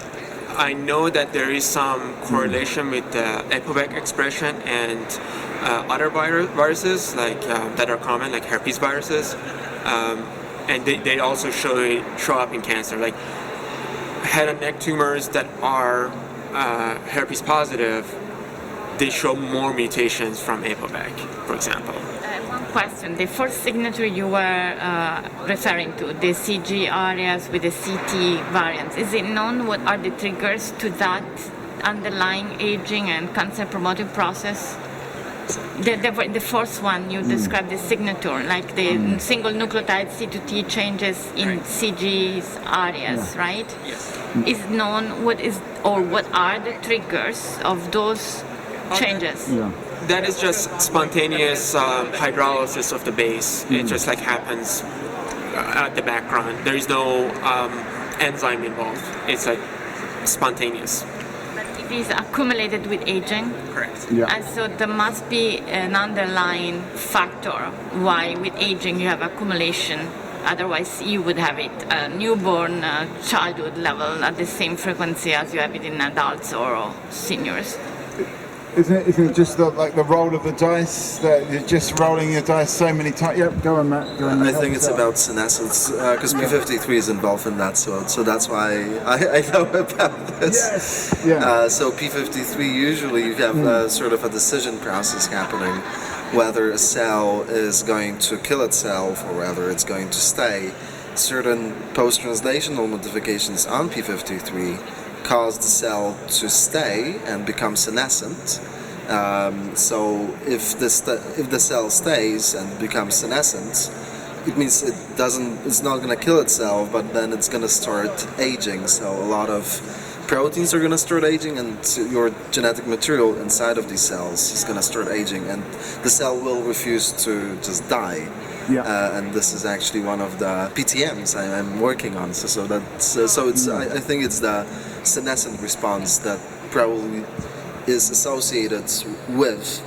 It's a good question whether this is caused by these mutations or whether these mutations are further on caused and exacerbated by the senescent response provided by P53. If that makes sense. Yeah, we don't know what comes first. And I guess this is associated probably from your studies, you can say, I don't know, I'm just asking the question, with mitochondrial dysfunction and unfolded protein accumulation and lack of clearance of this unfolded protein, which promote the senescence of the cells and then either goes along with those mutations or doesn't allow those mutations to be repaired for, or the cell to be eliminated, right? Yeah. I think it really depends on like what precisely is happening inside of the cell, or like what has caused it to start the stress response, right? Like whether it is the DNA damage, or if it's oxidative stress, or if it's the stress associated with just proteins accumulating and just like crashing out, or mitochondrial stress. I think there's because like we've got like hypoxia-induced factor, like induced stress to have DNA damage, like I don't know, UV light-induced damage that causes certain kinases to be not upregulated but just active. That phosphorylate p53 and caused the downstream effects. One question. Do you know from your studies or from the literature, what does intermittent fasting or fasting do to p53? That is an excellent question, because there is a lot of people who do study intermittent fasting, because it causes an upregulation of autophagy, right? I'm not sure how p53 itself is, if it's related to autophagy or if it's related to intermittent fasting. Actually, I don't really know that, to be completely fair. But that's it's a question we can put out there. Yeah, that's something. Intermittent fasting. Do you know anything about it? I've tried it once. I wasn't very successful. Yeah, well, I've tried it as well. Hard to do. Yes. Hard to do, even if it encourages the autophagy. It's very, very hard to do. Yeah. Gradually, you go there gradually, and then it's very addictive. Actually, have you tried it? Yes, I do it, and now that I'm traveling, I don't do it, and I feel not good because my brain doesn't function well as when I'm fasting. Yeah. I mean, I do notice that when I'm driving, I try to not eat, and I find to myself more focused. But that's easy. When you're driving, it's easy because you're focusing on the driving. But when you're not doing anything, it's very hard not to think about food. Do you know what I mean? Anyway, we're kind of moving on to a different subject. But what do we think of intermittent fasting? Have you tried? You've tried it once. Have you tried it? I've never tried it. I mean, like it's really funny because I've got a lot of cognitive dissonance. I like thinking about not aging ever and living forever, but I'm silly enough to. How old are you now? I'm 26 as of today. Okay, it's your birthday today. Okay, congratulations. Thank you. Happy birthday. Happy birthday. Yeah. My recommendation, I'm a tiny bit older than you. Stay young. Just a tiny bit older. Yeah. If I was 26, I would start looking at intermittent fasting seriously. Don't go over to the extreme. You want to maintain muscle mass, bone mass, right? You don't want to suffer, you don't want to be dizzy, but your body will tell you what is needed and how much time. You might need just 12 hours at your age. Usually I say don't go over 16. There are some studies that show that if you prolong fasting, then cortisol level go up and actually insulin resistance comes. So what I was talking about the underlying depression, diabetes, it might fire back. But between 12 and 16 hours of intermittent fasting, which you drink water, coffee, herbal infusion, and nothing with sweetener, nothing with sugar or alternative, just liquid, and then the rest of the time you eat as you want, of course healthy, you will notice that you don't need 3 meals a day. In the end, you might need 1 meal and a couple of snacks, whatever. Depending on your activities, you might need more. But that keeps you at 26. Start looking into the. If you wait, think we can keep Matt at 12, 26? yes. 12 hours allows then after the 12 hours to your muscle and liver to catabolize your glycogen and then go. Actually, after rest, you're already done with that, and then you go into the lipolysis mode, right? Your biochemistry know this better than me. So you catabolize the lipids. You need to avoid catabolizing muscle mass, right? Or refeeding it nicely. So I think 12 hours is due. We need to do it, and then you can go between 12 and 16, but find the sweet spots for you so you don't lose muscle mass. Yeah. So is that together with my sleeping time? Does the sleeping time is included? Can you do that and sleep at the same time? Yeah, can I fast and sleep? Oh, absolutely. You must, because you should not eat 3 hours before bedtime. You probably know this. It's become all insulin resistance, and it becomes diabetes, and it becomes depression. It becomes all those feeding things that then lead to cancer.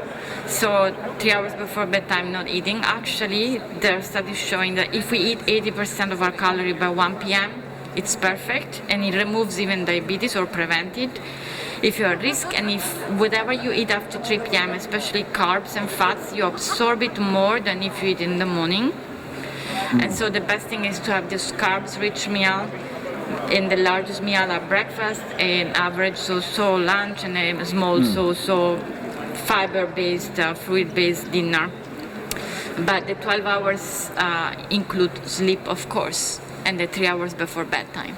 Okay, well that's really good to know. I'm just going to put this out there. We're talking about intermittent fasting. I know you're just having your lunch over there. Well, you want to join us and have your lunch talking about intermittent fasting.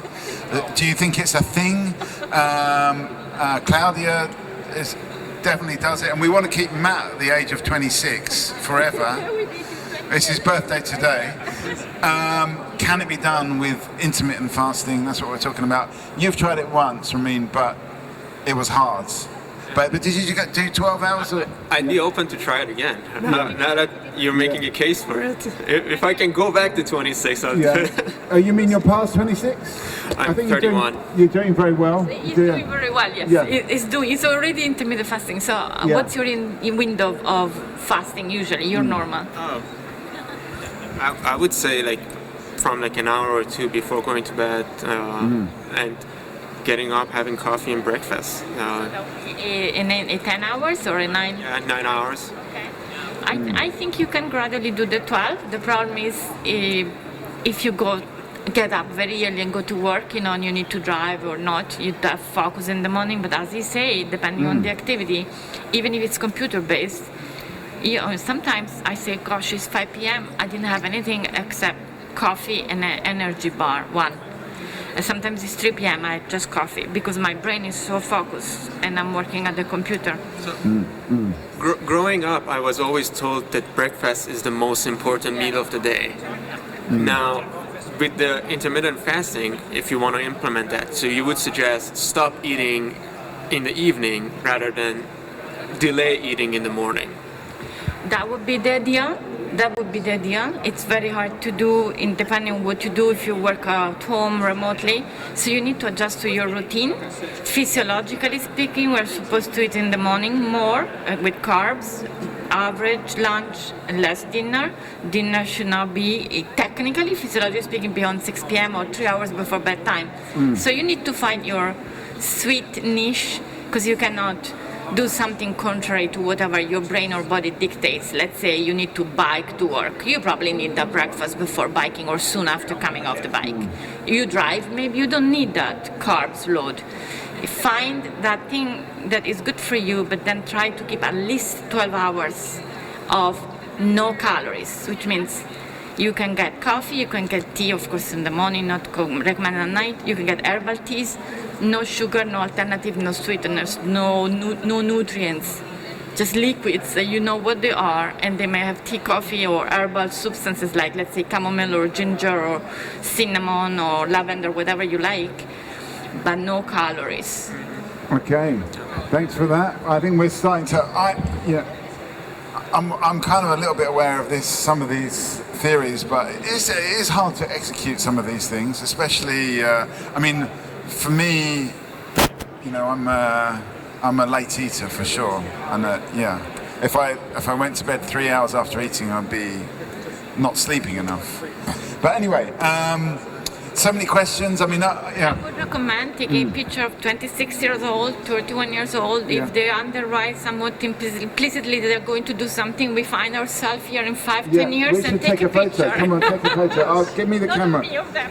Yeah, I think you've got to be in the middle because you're the instigator of all of this. But one of my questions is, should we do it from? Can we? Yeah.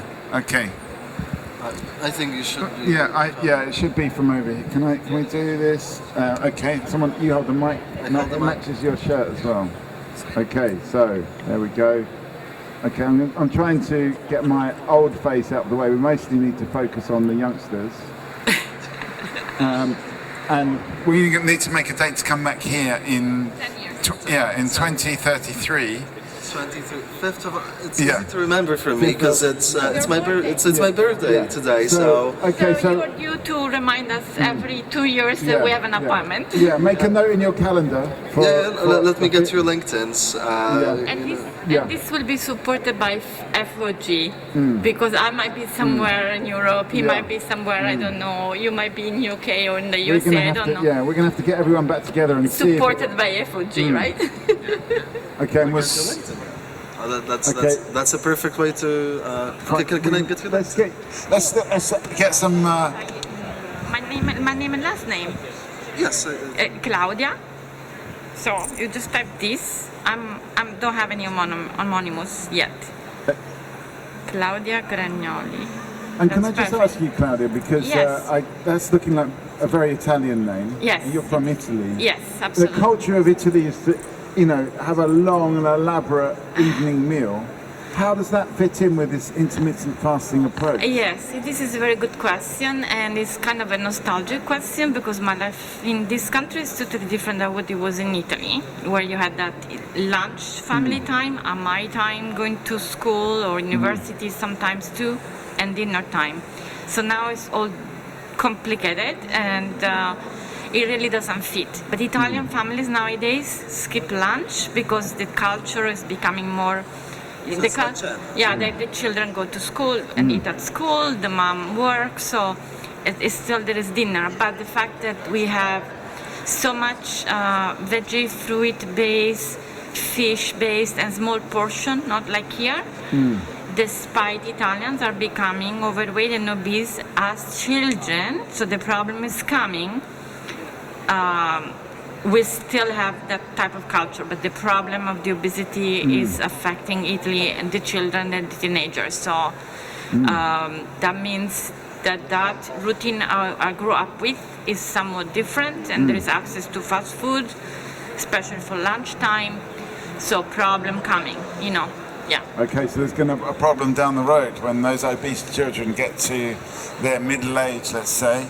They're going to do intermittent fasting, so they are out of the average population. Okay, so will those obese children discover intermittent fasting and they'll be fine? Come and join us if you want to. This is Talkaoke Pop-Up Talk Show. Give us a final thought, Ramin, before you go. Final thoughts? I thought this was interesting, the round table and talking to people. Are you going to try out some intermittent fasting? Are you going to? Yes. Are you going to try out not mutating your enzymes? I can try that. I can't stop my aging mutation signatures because that's going to happen anyway. Yeah. You need to figure out how to stop them. You need to figure out how to repair them, maybe. Yeah. Not stop them because you said you cannot stop it. I mean, there's one thing putting the brakes on, there's another thing going into reverse, isn't it? It's a totally different. It is multifactorial, the answer, but sleep, hygiene, number one, circadian rhythm, and then the intermittent fasting, stress avoidance, healthy food as they were made from nature and not processed, it buys you 80% of those protection you want. So actually, thank you, Ramin. To prove everything I say. We need to do studies to prove, because there are already some studies, but we don't have, active, workable data. The problem is things might be known, but now put in motion because of the industry, right? What are we looking at? We're looking at molecules to fix the cancer once cancer is here. We're looking at therapy to fix diabetes once diabetes is here. We're looking at therapy to fix depression when depression is here. But what about acting? So we're not actually, we're solving the problems when they're too big a problem rather than when it's easier. Like, for example, when Matt is 26, we're worrying about Matt's morbidity when he's 75 rather than now. Okay. Where do we want to go with this? Maybe it's time for a little food snack break. As we've been talking about all these carbohydrates all the time, maybe it's time to, age ourselves a little bit more, but in a tasty way. amazing talking to you. Like I find it like fascinating. I would never.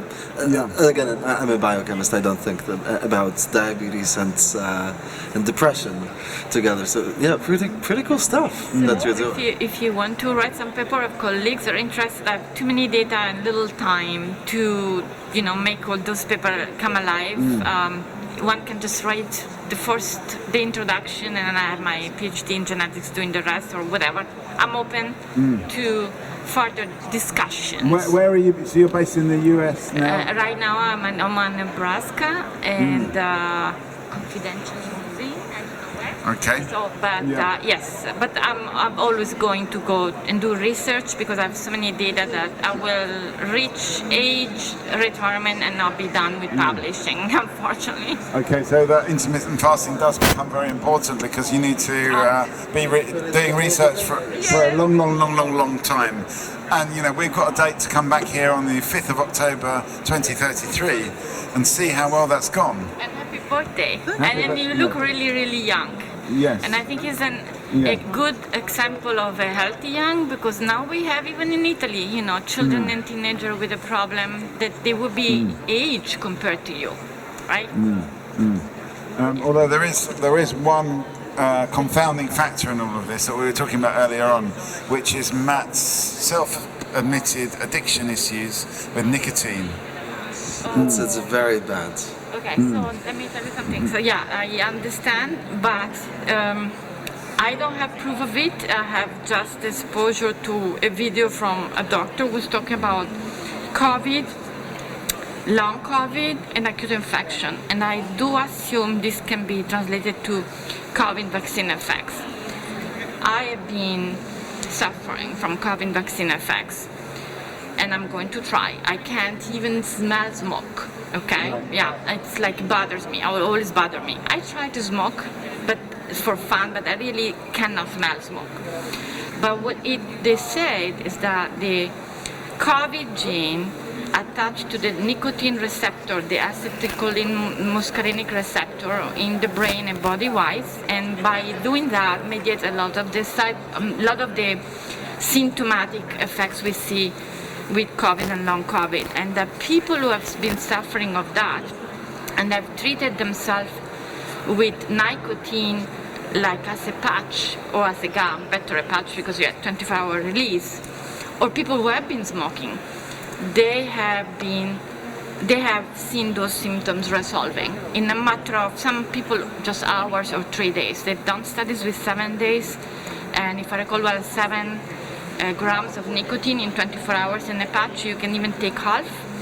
So that in this pandemic world, I don't know if you got the vaccine or got COVID. I don't mean to ask you this personal question, but you might even be protected. But yes, nicotine is accelerating your metabolism. It keeps you slim. Okay. But long term, it's not nicotine. The problem is what's attached with nicotine that they say is giving the addiction. So that's what you don't want to have, that chemical addiction. So what are you saying, Claudia, that COVID, what is COVID's role here? Does it diminish No, what I'm saying is that I've listened to a very well-presented webinar on someone reporting data of patients, so I don't have direct experience, but I just listen as a participant. The people who had long COVID and or acute infection exposing themselves to nicotine remove those symptoms or resolve the problem because the virus attached to this nicotine receptor, and by that mediates some side effects, like we know the cognitive problem, the mood problem, the sleep problems, or the fatigue, etc. So I say, we know nicotine is a problem, but I say that the addiction comes not just from nicotine, it comes from the chemical attached to it. Right. But you might in this period be protected. Of course, I'm not suggesting this is long-term a way to go. You know what the problem with nicotine is? I tell you, cadmium. Cadmium. That's the problem. Okay, we've got a new face to the table, so let's just get your name. What's your name? Hi, my name is Raj from Sloan Kettering Cancer Center, New York. Oh, welcome, thank you. Welcome. We've got Claudia, we've got Matt and Mikey. We've been talking about a few different things. This is Talkaoke Pop-Up Talk Show, and we just talk about whatever comes up. Okay. Right now, we were just kind of winding down a little bit, but we were talking about intermittent fasting. We're talking about how to slow aging. Possibly stopping smoking might be one of those things to slow aging, but there might be some kind of, some effects from COVID and smoking. The benefits of smoking, who would have thought? So that's what we're talking about at the moment. Have you ever tried intermittent fasting? No, I did not try it because I didn't. My weight is already very less. Yeah. Are you worried about getting old? No, I'm not worried about it. Yeah. Because natural evolution, we cannot fight it back. Yeah. You can only delay it superficially, but the genetic, they have to maintain the life of everything is normal. No cell can be alive. So because we just let ourselves mutate and decay. Per day, we have billions of cells are dying in the body. We cannot stop them. Because they have to, when the cells become weakened, they die, naturally selected, we are over years, then the replacement happens. But the replacement happens very slowly. I am not expert in the aging process. I don't work on that type of things. What you're saying, Raj, is that you're not that bothered about aging. No, I'm not bothered. No, natural process. But what I can say is that we can delay the aging, perhaps, delay only. You cannot stop it, number one. Delay, maybe you maintain the cells in a healthy state so that instead of dying today, they will die maybe 5 days later. You cannot stop that. Then new cells will come. In fact, rejuvenation is important. If the cells won't die, your skin will become stiff. Yeah. The old cells has to die, the new cells will come and they maintain. Otherwise, if you smile, nobody can recognize that you are smiling. Body becomes stiff. Yeah. You want to be like rubber person or you want to be like a real human being. So real human being has to. But after a certain stage, we cannot regenerate. Then there is a competition and all these things happen. You mentioned rejuvenation as well, and cellular rejuvenation. Where is the kind of, in a way, the sort of path of, where's the greatest effect? I know that you're not particularly interested in slowing aging, but if you wanted to slow aging, where would you, intervene? You're saying with intermittent fasting, and you've got like a biochemical reason for that we heard earlier on. But, what about rejuvenation? Rejuvenation happens if your body has less antioxidants. More antioxidants. You need more antioxidants. If you don't have antioxidants, aging will faster, and rejuvenation will not happen. So then that is the problem. So you have to expose conditions. You have to explore conditions that will increase antioxidants in your body. Presently, there are a lot of antioxidative supplements are there in the thing, but in addition, your body also has to function normally. You cannot take on antioxidants and don't work. You have to regularly work. But genetically, what I understood, it is not, all human beings will not age same. Two siblings will not age same. So the problem is their great-grandparents' inheritance. Some people are very prone to antioxidative. So for example, you are hungry. If you take one sandwich, you are full. And I'm hungry, I need to maybe eat 5 sandwiches. So it's genetically programmed. Same thing, if somebody is antioxidants or little bit less, does not mean one tablet is there, you take antioxidant, you will be young. No. Different people have different antioxidants, but you cannot also overtake antioxidants. Oxidation is necessary to clear the dead bodies in the body. Dead bodies means dead cells. They are floating around. Billions of cells die.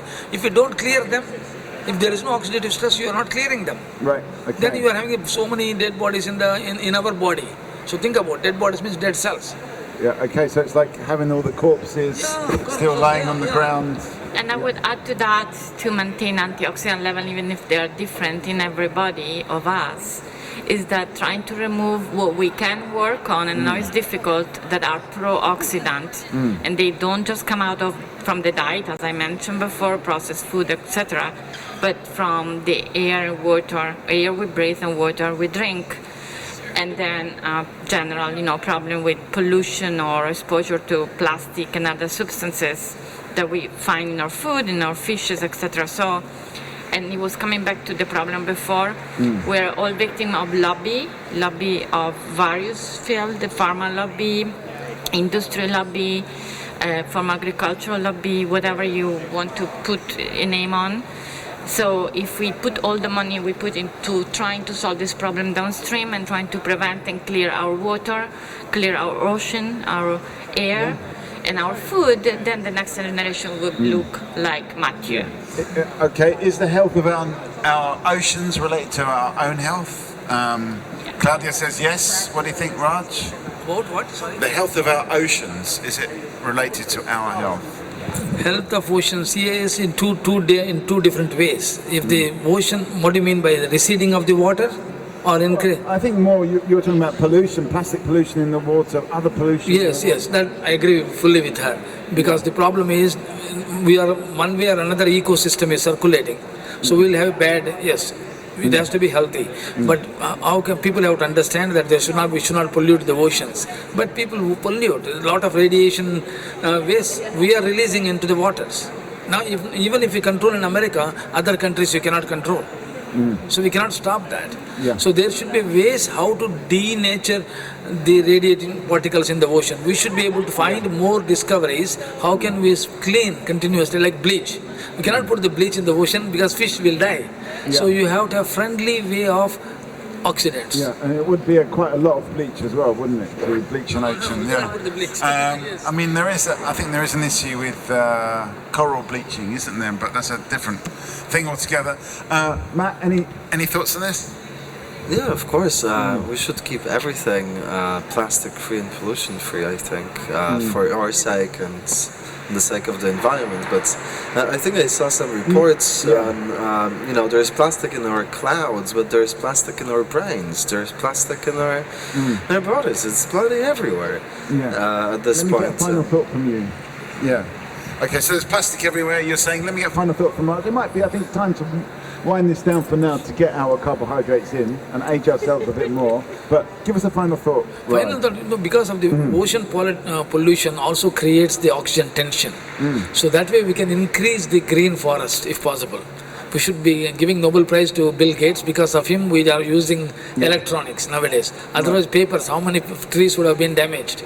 So we should continue increasing the greeneries, deforestation, protecting the deforestation. We will have more of effects.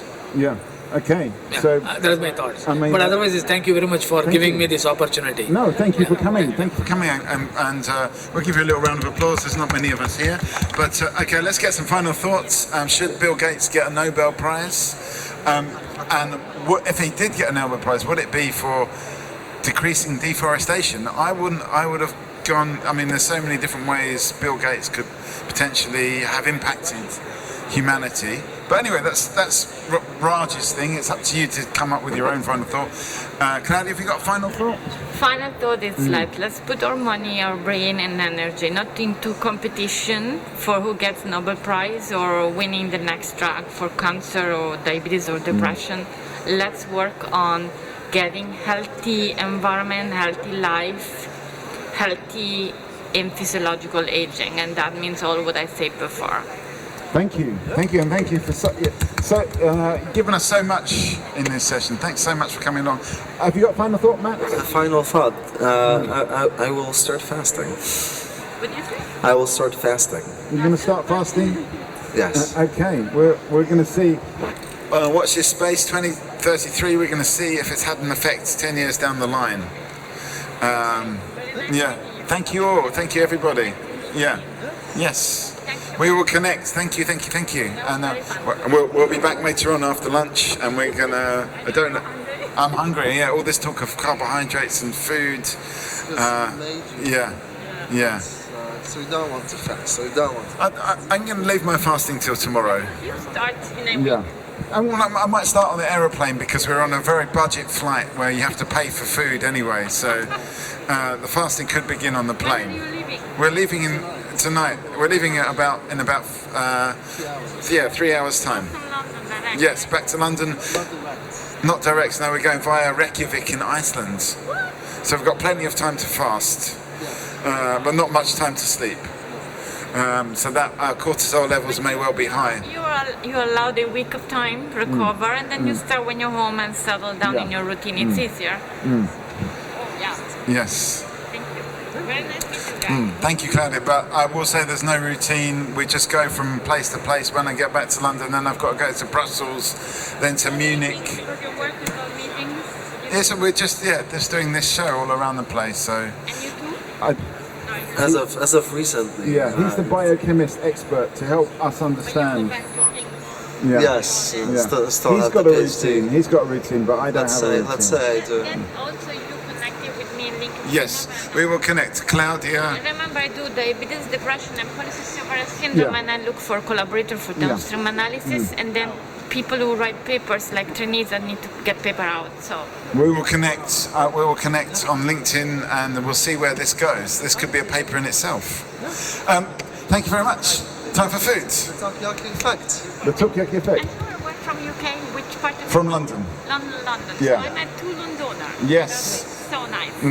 I like even the accent. Thank you.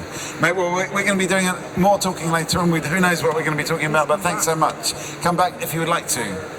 Watch your space. Hit the red button.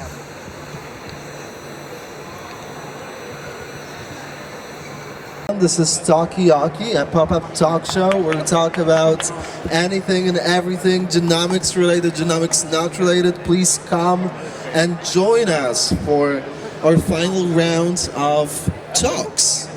So my name is Matt, I'm the host of the show for today's session. And tell us your name. What's your name? Hello, I'm Mikey. Hi Mikey, how are we doing? Come over. Hi, come over.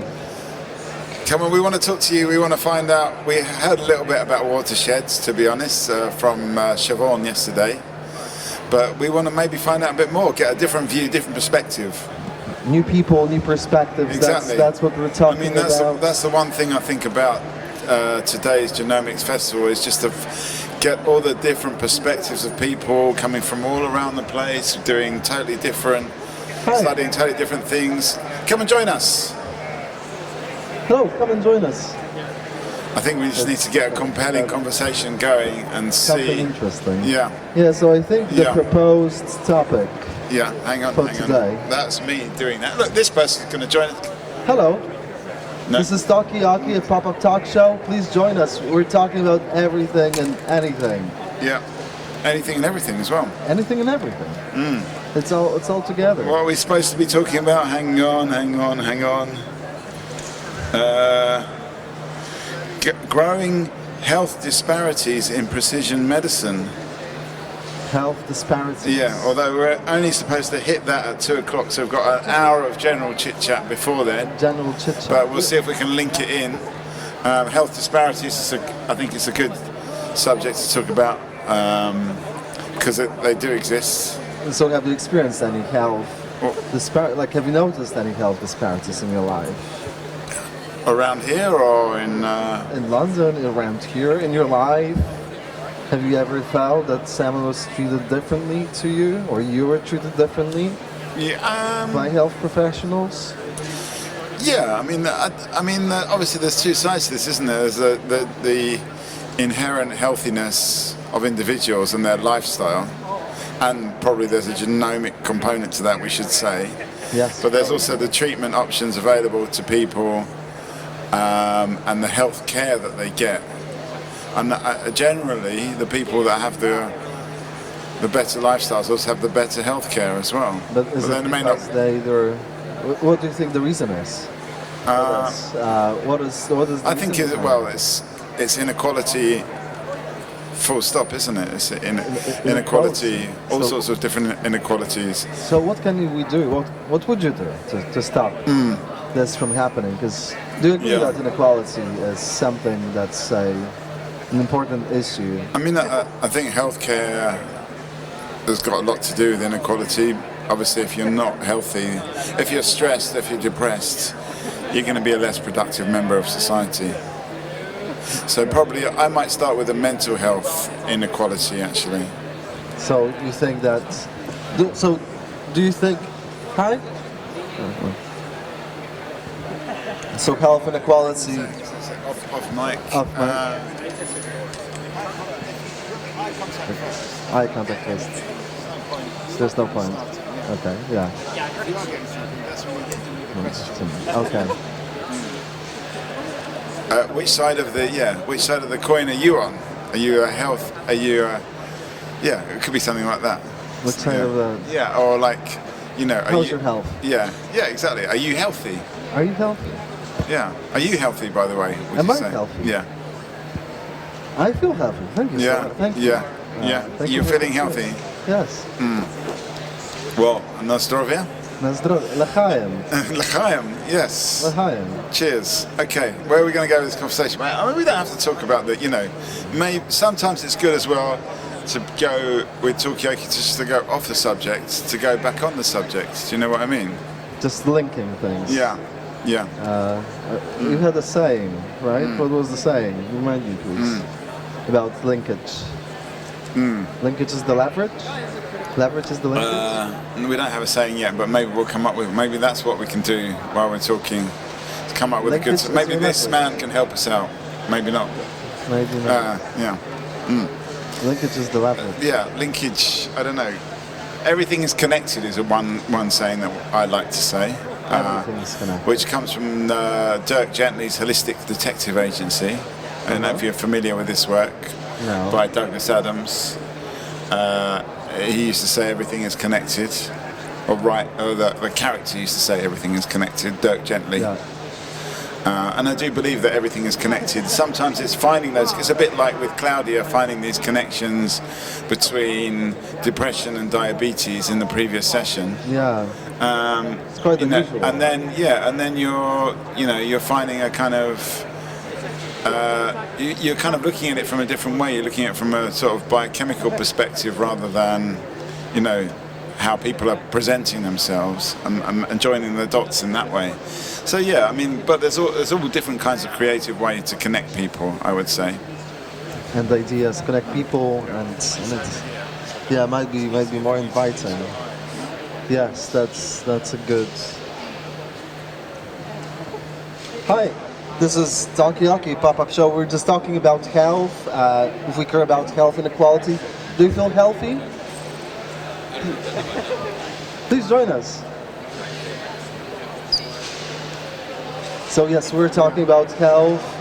Do you feel healthy? Do we feel we're treated equally? We're talking about connections, making connections, connecting people. Do we feel connected? Are you connected? Do you feel connected to people, to ideas? How the whole universe? Come. I'm really okay, but thank you. Please, 2 minutes of your time. You're going to be like the catalyst that drives this reaction. Oh my gosh. Very chemical, yes. So, do you feel connected to people? So, we're talking today about healthcare, how things are connected. And I mean, I think being connected is a part of being healthy because, if you're not connected, I mean, we've got a big problem in the UK with people socially isolated that are not connected to anyone. They're just sitting at home watching TV, and they're the most unhealthy people. So, is connection a new medicine? What do you think? Is that going to solve our problems, or is genomics the new solution to all of the health problems? I think that I am vastly unprepared for that question, and What's your name? I'm Leah. Sorry? I'm Leah. Leah, nice to meet you. My name is Matt. What's your name? Mikey. Nice to meet you, Mikey. This is Talkaoke, a pop-up show. We can talk about anything. So tell us what brings you here. Is it genomics? Is it new techniques? Health? It is the genomic side of it. I think that this conference has been a lot of fun and I've met a lot of really good people here. So going back to the connections side of things. Going back to connections, yes. So do you feel better connected now? I do feel better connected now. So where do you think connections can take you? Why do you care about connections? I mean, all over the place, There's a lot of different people here from a lot of different backgrounds, and it's been really neat to get to talk to different people from different backgrounds and see, do they like their work? Do they like where they live? Do you like where you live? Do you like where you work? It's It's definitely different and something that I never thought I'd be doing. So it's an adventure. So what are you doing? So it's an adventure. Do we treat life as an adventure? Is your life an adventure? It's, I think everyone's life is an adventure. I mean, definitely life is. Turn up channel 2 a little bit. It's this one, yeah. This one? Yeah, a bit more. There, yeah. I think life is an adventure. It's such a weird thing, isn't it? One day you kind of wake up and you realise I mean, it's a slow process. You're alive. You're alive, but gradually you work out what it's all about. And then you've got this one life that you've got to lead, and you've got to have fun. You've got to do things. What's it all about? It is an adventure, definitely. It's an adventure that can go badly wrong, but it can also go right. So is it a health adventure? Connecting? To a certain extent, I think it is. Yeah, I mean, there's some, health is what's going to get you in the end. It's what's going to end your adventure for sure, in the end. So, being healthy is part of that way to make it a long adventure, not a short one. So it's about making the meaningful, long life connection. It's about making a long life. Do we want to live a long life? Do we want to live forever, maybe? Would you like to live forever? Please no, that sounds awful, but I think that the genomics world will hopefully help people live longer, healthier lives, help them be able to go out and adventure more, explore new areas. So genomics is about extending your lives, making it more adventurous, in a way. I would agree. I mean, there's the adventure of genomics itself, and we talked a lot in the previous session about the curiosity that people have. Is your life an adventure? Is health an important part of your life adventure? Is health an important part of my life adventure? Yeah, is your life an adventure? It's certainly something. Yeah, it feels like an adventure for sure. Yeah. No comments. Yeah. And explain what we're doing. Yeah. So we're Talkaoke. We're a pop-up talk show. We're talk about anything and everything. We're here at Genomics Festival. We talk today about the importance of linking together different diseases. We talked about intermittent fasting, is the genetic aging. We talked about genomics, how is the genetic makeup the important part, and now we're talking about the importance of health. Is health important? How can we make sure that health is equal for everybody? That's one of the topics we're talking on today. So my name is Matt. What's your name? My name is Maylise. Maylise. May like the month and lease like a contract. Yeah. Maylise. Yes. Nice to meet you, Maylise. So what brings you here is. Yeah, I'm a PhD student working with a lot of RNA sequencing data, and so I'm just love the conversations. I love data, I love coding, and really, really interested in health as well. And one thing that I'm thinking about a lot today, and I would love to hear your thoughts, is about kind of just a lot of the talks today are about drug discovery, and improving patient data and genomics and genetics. But sometimes I think about how our society is structured and how people being able to have, free care, healthcare, adequate nutrition, adequate exercise. I think a lot of these things are systemic and structural and institutional changes that could maybe have an even better outcome than just another drug that's probably priced beyond the price point most people who need them most could afford. And so it makes me feel like I'm at a crossroads in my own journey of what am I doing? Is this work actually going to help people, or is it just furthering a billion-dollar industry that is, kind of making my work relevant, but maybe not always serving the populations who could use them most? I wonder if you guys think about that, and if, how do we reckon with that as scientists who maybe our work is not even reaching the populations most affected by disease? So how can we turn this into ethical science? I mean, there was a point earlier on from a clinician turned genomic researcher that said, yeah, we're finding out how people are getting ill, but we're not actually helping them. We're not really coming up with as many ways to actually turn that into realistic treatments. But I want to go back even further to the point about the systemic thing, because I think that is an absolutely crucial point, that actually, and it was what I was saying early on to you, Matt, I think, yeah, what's the point of doing all this research if you're actually propping up a system that leads to the inequality that we were talking about earlier on, and that health inequality. So essentially it's about solving the systemic problems first and then focusing on science. Or can we do science while implying the change to happen? Can anything change in that regard? Can we do anything as scientists? Hitting me with a tough question. I know. It's fine. I wanted to say I relate to that so much. I'm also a PhD student working with a lot of RNA sequencing data, and frequently think about how new this field is and how much money is being spent on just pouring research into genomics and transcriptomics, and how much that money could be spent better elsewhere.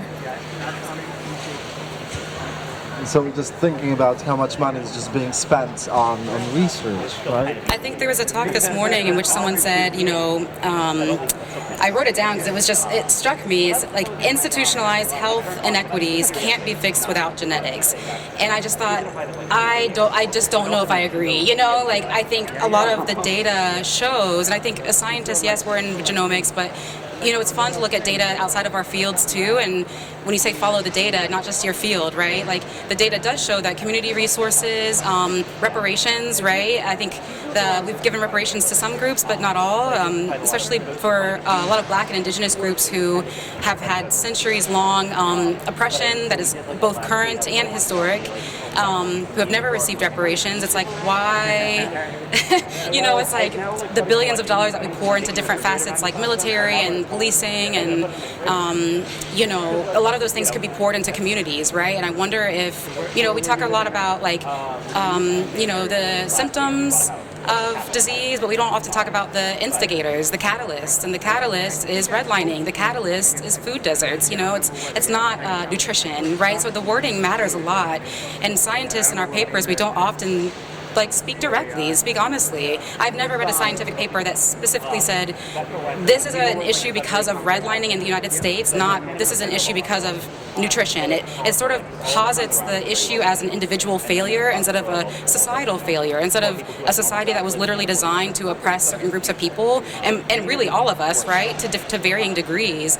But I think that is so sort of damning in a way, and I wonder if scientists, we kind of tiptoe around these issues, we don't put them in our papers because maybe our viewers don't like it. I could care less, right? That's someone's life, that's someone's livelihood. So I wonder what responsibility we have to be specific when we write about these issues and make sure that we write that in our papers. This is not a nutrition issue, right? This is a systemic and institutionalized issue that really needs to be addressed holistically and not just through genomics. Even though I love my field so much and I love what we're doing, I think we could be a little bit more honest. So genomics is one piece of puzzle, and that's either complementary or maybe even separate to political issues. So can science be political? Can we implement politics into science? I mean, I do believe everything is connected, and I think the fields have to be connected, and that science might almost wants to be apolitical, but it can't be. And it also reflects the politics and the hierarchies that exist in society at large. So it's also a reflector of some of the big problems are reflected in science and how science is done as well, I think. So yeah, it's like a desire to be apolitical, I think, but it just can't be. So maybe it should just give up, and people should put their colours on the mast. So basically, if we do science politically, or try to make it more equal. Yeah, I mean, I think to say I'm apolitical is actually taking political stance at saying the politics of today is okay. So that's the issue. Is if you say I'm apolitical, you're actually saying yes, I'm endorsing how things are set up now. So you're connecting the status quo. I love that so much, and thank you for saying that. And I also think that like science is inherently political. You can't, if you're alive and existing at this time in 2023, then everything about who we are and our identities and the work that we do is political. Think about our government funding, right, of science, and how under certain presidents that has maybe dwindled or been expanded. Think about the origins of STEM and how it was maybe so more to serve military than it was to like serve the people, right, and people's health. When I go to a conference, the first thing that I do when I walk into a room is like, how many people look like me, and I can usually count them on one hand. And so I think that even if science doesn't want to be political, it inherently is, and it is used in a political way. I think the invalidation of transgender people is one topic right now, and queer people is one topic that science, even if people aren't meaning to, they unintentionally, their science can be used by people in a political manner to really invalidate and harm a lot of people. We could talk endlessly about the Tuskegee experiments and the sterilization of Black and Indigenous women throughout North and South America, the use of science to further eugenics and to really validate like the enslavement of Black and Indigenous people. So I think that science can't be apolitical. It absolutely is political, and our identities are political whether we kind of see them that way or not. So science has been used in a force of good and evil, essentially. That's. I think how twisted it is. I don't think those people thought they were being evil, but the society was twisted and distorted. It was in a way, it was the system that was evil, and it, I think, continues to be evil. We did a project with Talkaoke in the UK where we were actually asking. It was about. It wasn't about vaccine uptake. Actually, it was about air pollution and what people thought about air pollution. And there was a bunch of scientists from London that were asking the local community, and what they found is that especially Black Caribbean people were really suspicious about their motives, and they were like, "Hey, we're trying to help you," but there was a lot of paranoia, and it actually did feed into things like suspicion about public health messaging, within the COVID period as well, because that had actually made people. They'd been sent down rabbit holes of like, do not trust science, do not trust this thing. And people that are already suspicious will get driven further and more polarized away from really buying into science. So messaging is a key. Messaging marketing, essentially. Well, I think it is also, you've got to acknowledge the history. It's because there's a history of abuse. People, if someone's been abusing you, then you won't necessarily trust what they've got to say, even if they are trying to help you. So how do you cannot reverse history, but you cannot overwrite it. But what can we do? Final thoughts. If you're leaving us, please share with us thoughts before the podcast. I think that Maylise should start a podcast if she hasn't already, and because she has some excellent thoughts on this and is very well spoken, and I appreciate hearing those thoughts. So thank you. Maybe you could collaborate with your podcast. Yes. Yeah, we're doing one right. Thank you so much. And so, where do we want to take this conversation? I've been dying for this conversation. I was just going to say, I appreciate you both, and her, we didn't catch her name, but so much, because I've been dying to have this conversation this entire time. This is the only space that this has been possible, so thank you.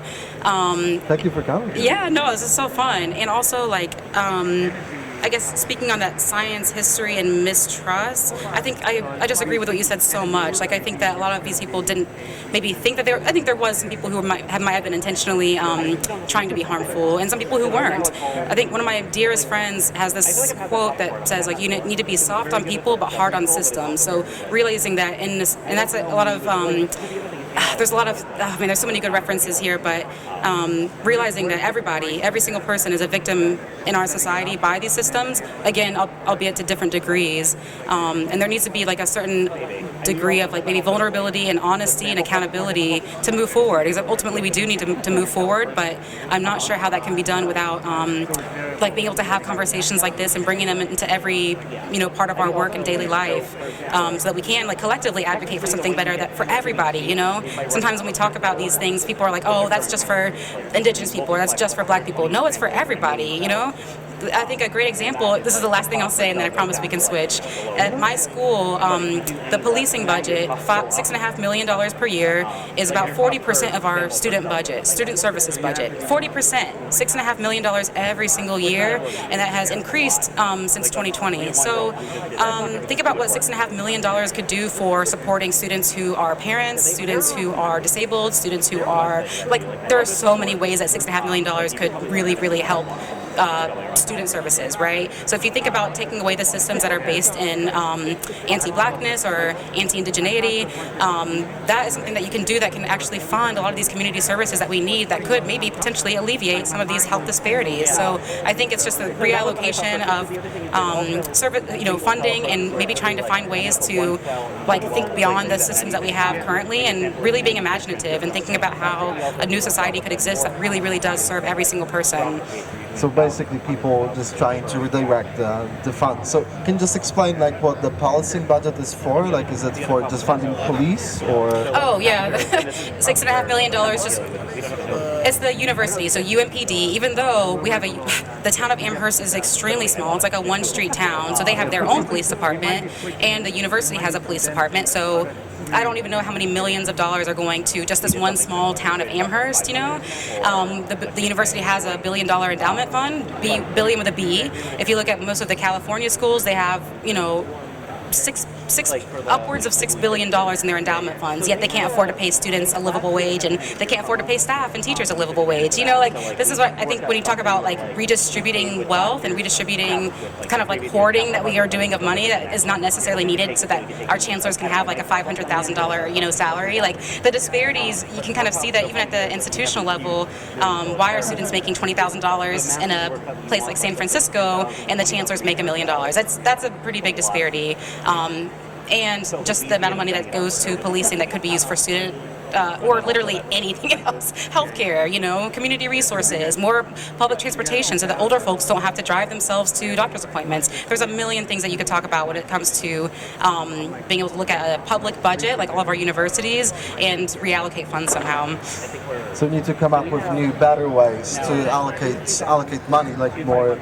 I mean, I'm wondering if that budget, the way that a budget like a university budget is allocated, could be open to the students. They could maybe have a say in it, or actually, it could actually be part of,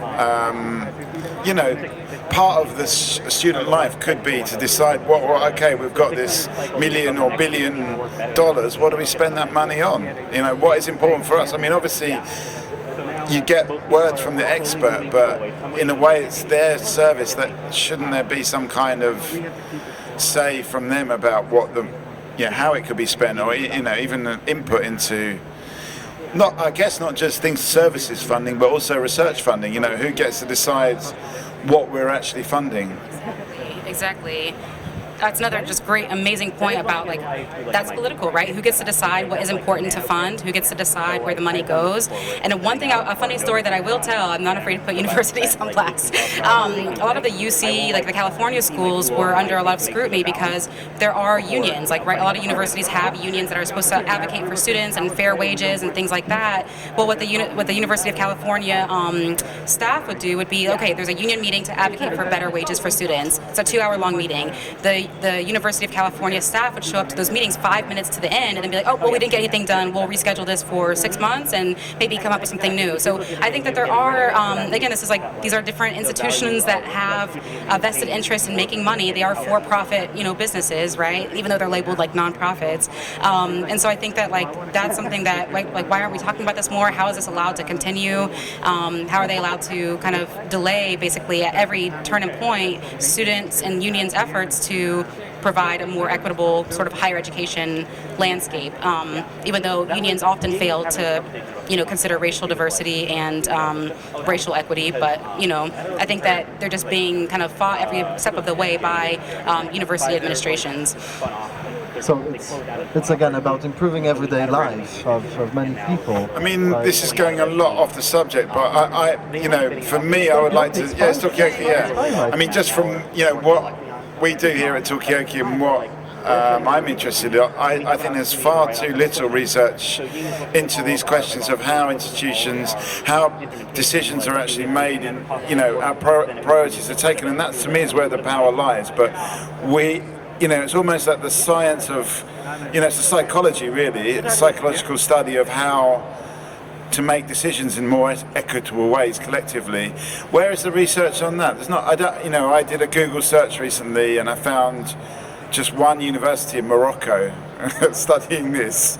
So I don't think there's much kind of, exploration of new processes or new institutional structures or systems where we can make decisions in a more equitable way. It just doesn't happen. It's like a blind spot for science and society. So this is like more managerial science, in a way you could say that this is... I think it's social science, somewhere between sociology and psychology, in that, how are people happiest? They're definitely happy when they're participating, but you've got to get that balance of participation right with how much, you can't just ask people about everything, because then they're going to get fatigue but you've got to find out their values. You've got to find, is a straightforward democracy the best way actually to make decisions, because then you're excluding minorities? Is consensus better? But then consensus can be tricky if there's too many people. But there's not, apart from historical precedents, there's not much kind of like forward-thinking study of how to design systems of making these decisions, and that's where I would like to see research being done, if that makes sense to you. That makes sense. Yeah. So I think there might, there might be. I think sometimes it's like a lot of theorists, and I read a lot about like racial theory and a lot of being imaginative and trying to imagine different societies. So it might not be considered research in like the ivory tower kind of research, but I think there are people out there, maybe they're not in academia, but who are like doing this like intensive investigative work of thinking about how could we redesign XYZ, structure, system, institution. I'm like so interested in that too, and I'm like hungry for it. I think a lot of people are, but sometimes I have to look outside of academia, even though maybe it's not validated by academia, or academic study, but it's still following the same principles that we all use in our work. And that's people who are like sometimes like activists who are on the ground and who have like the best knowledge, maybe even better than someone who's in the ivory tower who gets to write about it from a place of, being more removed or more privileged. But I think it's out there and it's coming out there, which is really exciting. Like I think there's hope to be had, which is always an amazing place to be. So the good steps are being taken at the moment. Is it enough? Is it enough still, or I guess it just needs to go even further? And I think what you're saying about the designs of new university or new management strategies and the psychology, I really like that point. Well. It does come to health as well, because I do feel, I don't have the evidence to back this up, but I do feel those people that feel alienated from society and they're not making decisions or disempowered, they have much worse health outcomes. That's more of a hunch for me, but I'm pretty sure that if anyone studied that, that would actually be backed up. So if you're empowering people, and we should be empowering our entire community, then I bet their health would be better. That's how we started off this conversation in a way. Yeah, that's an amazing way to circle it and, kind of conclude it. It's like, I think that there has been research, and I wish I could name the authors, but I feel like the daily social stress of being racialized as someone who is black, right? The constant exclusion, a constant fear. You have to walk into a grocery store and someone's going to accuse you of something. You know what I mean? Like there's this constant fear, I think, of being somebody who inhabits a certain type of identity. And I think that in addition to these other factors, like living in a red-lined area or living in an area with a food, redlining was like a tactic used to control, actually, hold on. I'm going to make sure that I don't butcher this. Let's look at it together. I'm pretty sure that's a tactic that was used to control money in certain areas.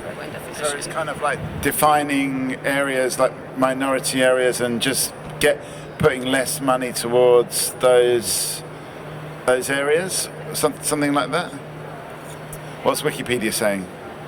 Because Wikipedia is right. Yeah, Wikipedia must be right. So this is, okay, so it goes hand in hand with like the HLA. Yeah, sorry, it's been a minute since so redlining is an illegal discriminatory practice in which a mortgage lender denies loans or insurance or restricts services to certain areas of a community, often because of the racial characteristics of the applicant's neighborhood. So this is like the tactic of credit card lenders putting like the most highest interest for like a predominantly black neighborhood, or during the Jim Crow segregation they were able to legally say, well, we are going to deny, you can't live in certain neighborhoods that are nicer, or the suburbs, you can't have access to a home loan if you are black, and that was only like, my parents were alive in the 60s, like that wasn't that long ago, so that has an effect on health outcomes today, absolutely. Talk show. We talk about anything. Now we're talking about improving health, improving managing of universities and money. Like, would you start paying PhD students more? Would you? What's your say on that? Would you? I think it's a good idea. How would you improve things around? I was with a colleague. I just was curious as well. It's just 2 minutes. Just true thoughts. The best way to understand it is to participate, and then you'll truly understand Talkaoke. Come and have a seat. We've got Maylis. I'm Mikey. This is Matt. What's your name? Ken Vaughn.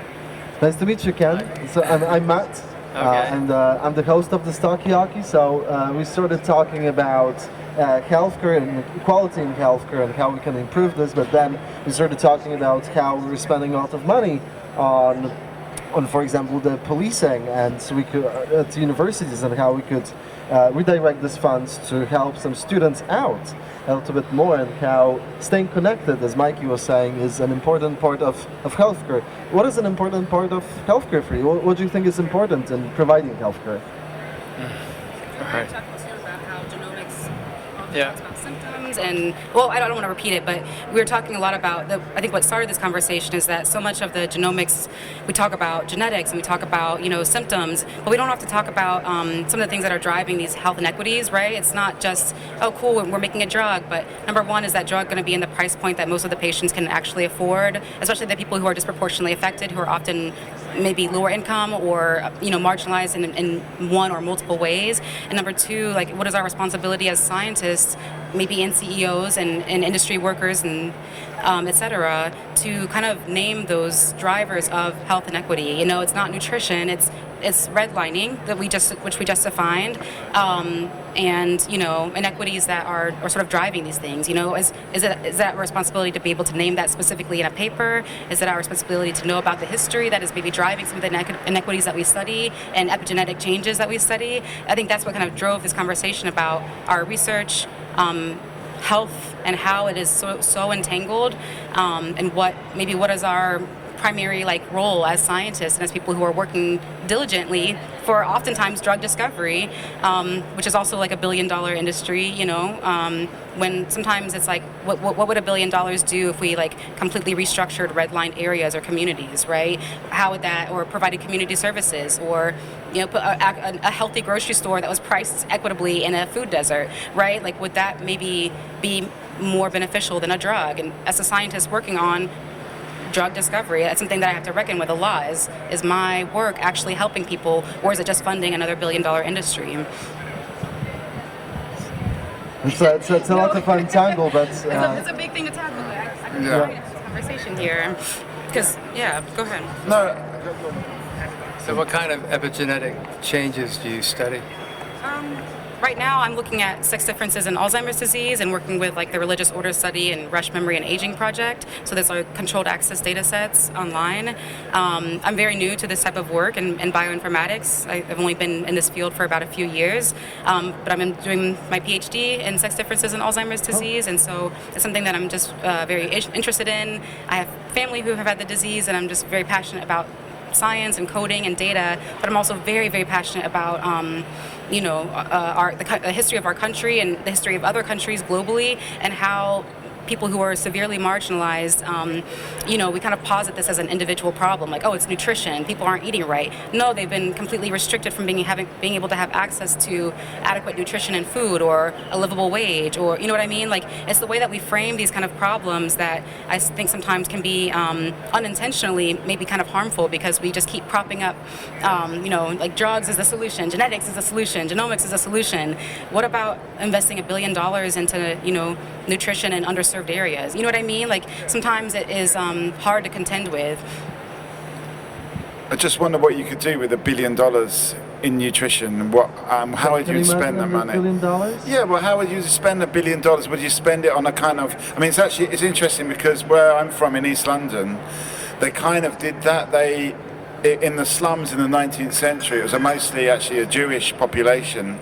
They were eating really badly, and so a rich person came and put it's what is now the Columbia Road Flower Market, but there was actually a huge hall of subsidised fruit and vegetables which got put into that area of East London. I actually don't know how much of an effect it had. I don't think anyone monitored it or measured it, but people have been doing these kind of interventions, and I wonder if you could do that on a global scale, and if people would actually take up, would they still go for the Dunkin' Donut rather than the salads if it was offered at a subsidised price? So have you seen that documentary Live to 100 on Netflix? Probably not. Anyways, they actually did this experiment, and so they looked at different countries around the world. I think they were looking at like Singapore and Italy, and looking at the Greece, and looking at not only the diet but the lifestyles of these people who were centenarians. Is that the word? You live to 100. It was like a completely different way of life than what we have in the United States, right? It's like you have community. People are eating meals together. They are eating unprocessed foods that are very rich in like a lot of nutritious diets. And so then this man tried to implement this in a town, and I want to say the Midwest somewhere, and they found that they were able to like add 4 years to people's life. I need to go back and look at the actual data and the studies, but I think that's just one example of how making these sort of lifestyle changes, and maybe one day in our country being able to like address current and historical harm, we might be able to see that in parallel with genomics and genetics really advancing a lot more just better outcomes than what we're seeing now, which is just another drug comes out, most people can't afford it, this cycle continues, Yeah, so you are what to eat. Are you what to eat? What is more important? I thought you were someone I knew. That's why I got involved, and I kept on looking and said, gosh, is that him? But it's obviously not. So that's why I was thrown off. And I'm sorry, my participation will be limited, but I enjoyed what you said. And so I can't comment on the entirety of the problem, but I do think that, and I don't know why we have this mic so close. Are you trying to attract people? All right. So all I think about is a pretty thin slice of the problem, and I think a relatively simple problem is just getting more people involved in drug development, because my group, not just my company, but another group I'm part of, they're trying to involve more members of the black community and the Southeast Asian community. There's a lot of momentum for that, because the Department of Defense has a lot of service people from those communities. So I think it's actually going to happen. No? Yeah, sure. Yeah. I did an internship. Someone's coffee. I was lucky to do an internship with an industry company and talk to their CEO and their, I want to say CFO, about the possibility of introducing equitable drug pricing into their model, right? Especially when you have most of these diseases. I actually don't know of a single disease in which that doesn't disproportionately affect Black or Indigenous people or women. Well, actually, there are some that disproportionately affect men genetically, but anyways, wondering how, if they would even be open to the idea of equitable drug pricing, where maybe people who can afford it pay a little bit more, and people who can't afford it pay a little bit less. And then they said that was the first time that they had been introduced to the idea, but that they would consider it, right? That I was an intern, maybe they don't actually believe that, but I think that's like what you're saying, having more people at the table who can kind of have these thoughts and conversations and bring it up to the table, I think is so important. And it's very difficult because less than 2% of PhDs are Black or African American. For clinicians, I think it's 85% of clinicians now are white. And maybe 20% are Asian, which again is no group is a monolith. Black, Asian, white, we all have very different ethnic backgrounds and/or nationalities. But having 5% of clinicians be Black and less than 2% be PhDs, that's a very hard. It's hard to have enough people who are at the table to have a conversation. So I do think that whether it's the patients, like we heard talks about people involving patients in the process of like these experiments and or designing drugs, community members, scientists. I think having more people at the table to have these conversations is critically important. So it's important to make people participate. So I just have to make a concluding remark. So I would just say that, since you're interested in this, I wouldn't try to focus on the pricing because that's too hard. I would focus more on the community involvement. And if you are a member of one of those underrepresented groups and you get involved in getting participation from the community, I think that's because if you try to do too much, it's impossible, So the other thing that I just mentioned is that because I'm interested in this, you mentioned that exposure of communities to different things.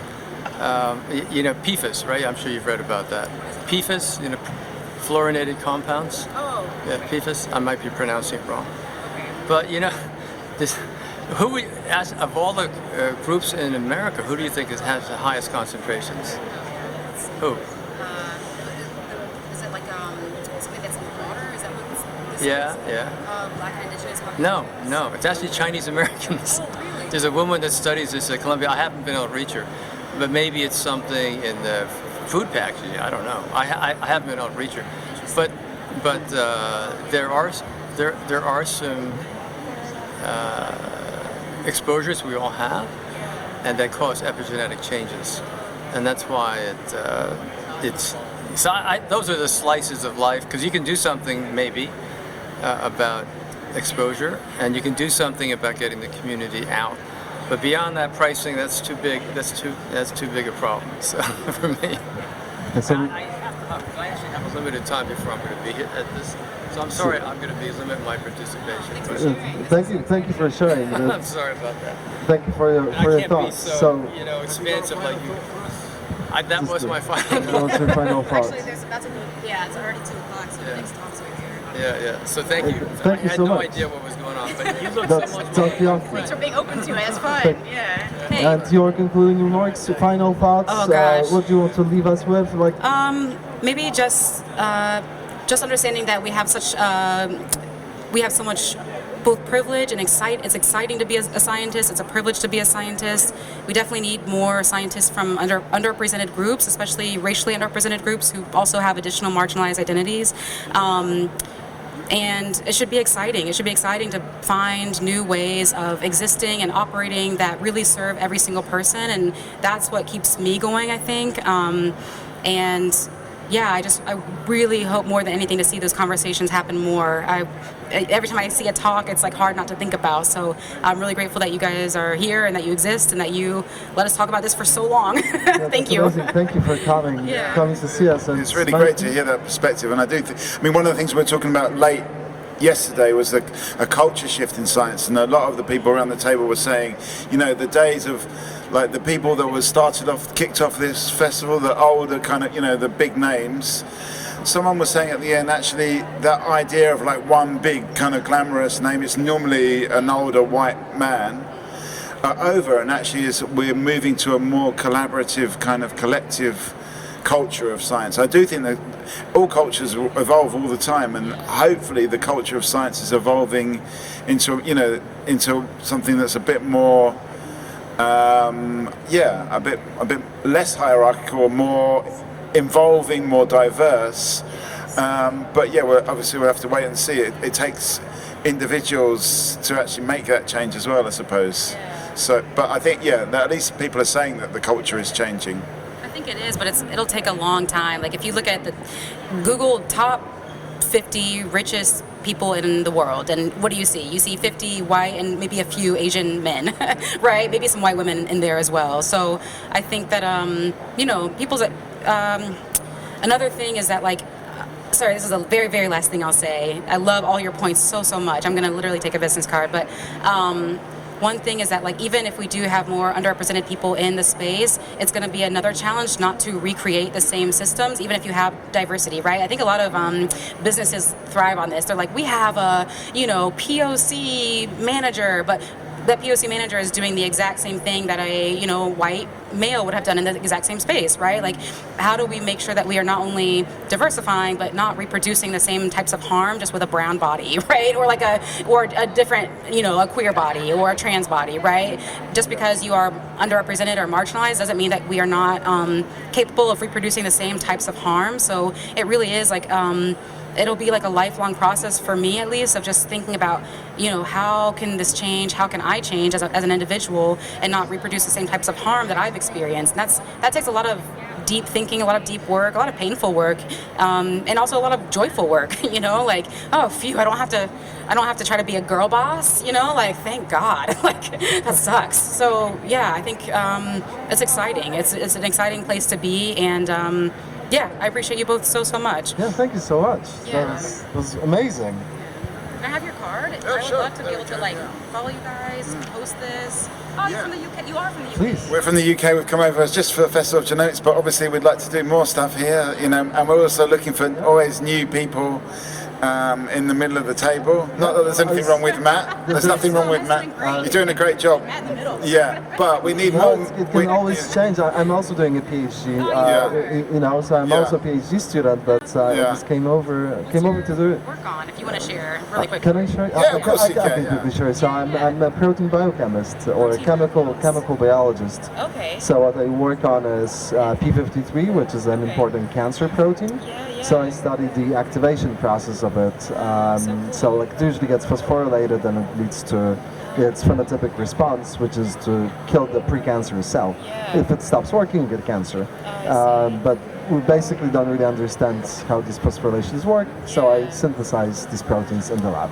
That's in a nutshell. That's so cool. Like, so you synthesize the protein? Are you doing like 3D modeling of this protein, or like what does your work look like? Model. Yeah. So it's interesting. So you've got ordered and disordered parts of the protein. Like, a lot of people talk about AI and AlphaFold at this table and say like everything is solved because we've got AlphaFold, and that's I don't agree with that, because P53's got well-folded domains that sort of bind to DNA like this. But we've got disordered domains that sort of float around. So if you look at P53, it looks like a little octopus to me. So it's got like a little body that just like binds to DNA, and then it's got like swimming little octopus arms. But they usually do something. They do things. They get phosphorylated, they get acetylated, they get modified. They get chemically modified by enzymes, and this affects the function of the protein. But we don't really know how. We've only got like a phenotypic response from cells. So roughly what to expect is going to happen, but biophysically, whether the phosphorylation makes it more sticky to something, or whether it makes it repel, does it make the protein do this to itself? Does it make the protein do this to itself? We don't really know. Maybe you could do a little interpretive dance piece for P53. I could dance and go. No, I'm just kidding. I think there is a competition called Dancer Thesis. Right, dance your thesis. Yes, yeah, well, I think very fun. I think you stand there with the chance to dance your thesis. I think. You think? Yeah, because there's so many. Thesis, yeah. I mean, you might need to get an octopus on board for your piece as well. Or just have as an octopus. Yeah, or Thank you, Melis, and it's great to hear your ideas, but also the passion behind it as well. I'm sure we're going to be seeing you again in one form or another. So are you at UC Berkeley? No, I'm at UMass Amherst. University of Massachusetts. I just love googling all the schools endowment funds. Because you just said like, oh, at UC Berkeley is this and that. I have friends at the UC schools, and they talk a lot about their wages and the union. It was in the news in the U.S. for a while how the UC schools were under strikes and everything like that. So yeah, it's just fun stuff to follow. Yeah. But, all right, I'll see you soon. Nice to meet you. See you soon. Thank you, thank you. So this is Talkaoke. We've been talking. Another good question. Maybe we could. Raj is mate. No, it's too late. He's gone. He's gone. We could maybe ask Raj from his New York perspective. It's a good. I think it was a good session. These are the kind of subjects that I like to talk about. These are the, and especially with that level of passion as well. Yeah. Obviously, we didn't disagree about much there. No, that is true. I think. Do you like to disagree much? It's nice to sometimes disagree a little bit, isn't it? Throwing in This started working again. That's why suddenly it stopped working. I don't know. Did you kick it? It started working. Amazing. You fixed it. Well done. Magical legs. Yeah. My healing Sometimes legs. you can fix things by just giving them a kick. That is true. But giving a gentle, I remember the TVs, hit them at the top. I didn't think you were old enough to have a TV like that. We used to have a TV like that in the 80s. I remember that I was born in the 90s in eastern Poland, which was a little bit behind. Is it like being born in the 80s? It's like being born in I've seen the 80s. I've seen the 80s, Mikey. Well, the future is here. It's just not evenly distributed. That's what William Gibson said. Maybe it's time to get take a little break, and we'll just reconvene. Yes. Do I switch up anything? Yeah, as I was just saying. Let me just turn off the. We're running out of something. Can you switch off the table? On what? Czech Republic. Czech Republic. What's arranged a new heart for him in 3 weeks. Wow. And then he survived. So we're talking about the favorite talk of Shvitsa, and that was about a heart transplant for a 13-year-old boy who was diagnosed thanks to whole genome sequencing, I believe. And he was airlifted to Cincinnati and saved. He's alive. And insurance covered everything. So in the morning we were talking about health insurance and what it covers. So it covered everything. And the doctors published the papers, and the patient got healthy, and they did everything they could. So everybody was in a win-win situation. So it was win-win. People made money, people saved. Apart from the person who donated the heart. Wow. But, there's always winners and losers in this world. Was it a child's heart that got transplanted? I mean, there must be a tragic story there as well. Like there is like win-win and lose-lose and win-lose and lose-win. So when you talk to somebody, you always think about what is the outcome gonna be. Is it a win-win? Is it a win-win? Or the other three? I mean, I think there's more win-wins than there are lose-lose or win-lose, lose-wins, because that's how we became so rich and accumulated so much, because the more talking, the more trades we do, the more interactions we have, the more people that win, in a way. I think it's fair to say. It's not going to the language of game theory. It's not a zero-sum game. It's a cumulative game. So it's about winning and not losing for everyone. Yeah, but I mean, if you look at how people win, obviously there's still going to be losers, but you could minimise the number of losers in life, couldn't you?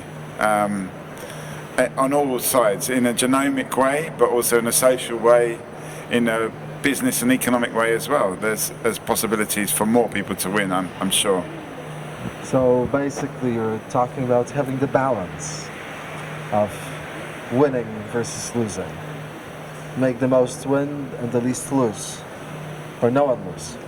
Well, I mean, it's a philosophical discussion, like the utilitarian Jeremy Bentham said that the best society is the one where the most people are the most happy. But maybe you could reframe it a little bit, where there's the most number of winners in a society. Depends what you. But I mean, I think people can self-define whether they're a winner or not, because just walking into this beautiful conference and meeting people, I already feel like a winner. But some people might have that same experience and go, "Oh, I've got to listen to all this boring science talk, and I've got to whatever. I've got to promote myself. I don't really want to." So it could be that same situation could be a losing situation for someone else.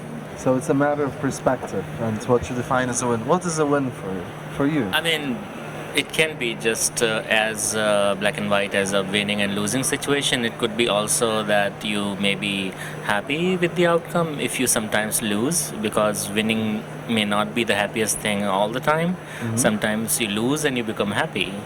When you are more giving than receiving, then it also makes you happy. Other person might think you're losing, but you are thinking you're giving, and that makes you happy. Yeah. Like the multi-billionaires who give charity, I think they're losing their money, but they are doing philanthropy because they are winning. They're thinking they are giving and winning, and I'm thinking, oh my God, this bitch is losing all their money. So it's how you see it, right? Yeah. So it's about the feeling that comes. They say it's better to have lost in love than never to have loved at all. So that's but you can be a loser, but you're also a winner because you've experienced the love. Yeah. Aww. That was beautiful. Come on, do your job. I know you're hit by the profundity of that. Do your job. Sum it up. Put it out to other people. Have you lost in love? People. Have you lost in love? What about love and genomics? No, I'm just. I need coffee. Yeah, I know it's I need coffee. I had a double. I want another coffee. I went out and had a double espresso. It was so good. And I had falafel and pita and moussaka and a baklava. Oh, that is lovely. So, winning, and it's all about winning and losing, or it's about creating a participatory event, because we're talking about healthcare, we're talking about how to make... I mean, I'm kind of blowing my own trumpet here, but I do think participating is winning as well. So, when it comes to things like healthcare, we were talking earlier on when we had the radical people here about actually creating a society where people can participate in their own healthcare, they can participate in discussions like this, actually is a win. So it's a win if we just do things. Get involved. Do you get involved with healthcare? Yeah, in my healthcare, yeah. In your healthcare? Yeah. What do you do for your health? Things that I shouldn't do. Things that you shouldn't do. But didn't you say that one donut a quarter is that? That's what I do. I do one donut in 2 quarters because I have type 2 diabetes, so I can't have it. So you can't have it. What do you do? How do you? What is currently I've stopped. I enjoy drinking a lot, but I've actually stopped drinking apart from last night. But that was just a one-off. Yeah. I had 2 low alcohol lagers. Yeah. But I've done that for health reasons. I've stopped drinking. Round of applause. Not really. No. I feel sad about it. I enjoy drinking. Does it? So how does it make you feel now? When you stopped? Better, worse, or only sad? I own it. I mean, I know this is going back to a question of perspective, but I feel that I know that this is subjective, but I feel more boring as a non-drinker. If I may say, you're not boring, but do you find... It doesn't make you interesting. No, yeah, but it doesn't make you interesting if you drink or not, and it doesn't make you boring either. So it's how others see you without or with drinks. Right, it makes you more interesting to yourself when you're having a drink. I think that's the real secret there. Is that if you're drinking, you're like, I'm saying some interesting things, yeah. But when you're not drinking, you're like, did I really say that? You've got more self-doubt, I suppose. But then, isn't that the question of how desensitized other people are? So maybe you can be sober and still say exactly the same things, because if everyone else is really drunk. For sure you can, but you don't. but you don't. Well, not yet. I'm actually training in it. I'm actually thinking about it and working out how to just be a bit more outgoing as a sober person. So it's all about training, training how to be outgoing. Outgoing without drugs. Can you be outgoing without drugs? Yeah, I have been a chronic introvert for most of my life, but now I don't care anymore. I don't give 2 cents about what others think about me. So is that your advice to Mikey? Yeah. Just not give a F? Just be yourself and don't care much about what others think about you. So we're going to. It's more I care what I think about me. That's the issue. It's not other people. They can think what they want, and I'm sure they do. So just need to start caring less. Yeah, I need to care less. Exactly. I could care less, as they say in America. Careless whispers, yes. Careless whispers. That's very 80s. Yeah, George Michael. George Michael. He wrote that song at the age of 14. Yeah. Yeah. Do I look corny? The song was written in, actually, Careless Whisper was actually written in the 1970s, but it only got released in 1984. And George Michael, first of all, came to the US to get it produced in New Orleans, but he wasn't satisfied with the recording, so then he produced it himself. It's the first song George Michael produced as well as sang on. So there you go, in case you wanted to know. Thank you. I did want to know, and now I feel educated.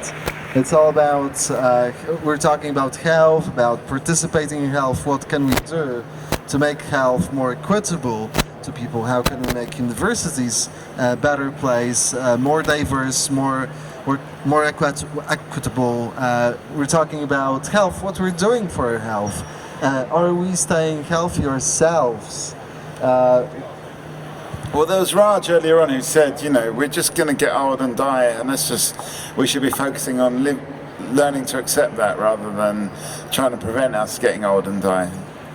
That was Raj's perspective. That was Raj's perspective. Yeah. Do you think that's true? Maybe, which is just a little bit kind of self-indulgent to want to delay your aging and your health decline. So what would you do with this? Hi. About what? I'm sorry, I was distracted a little. What got you distracted from the health?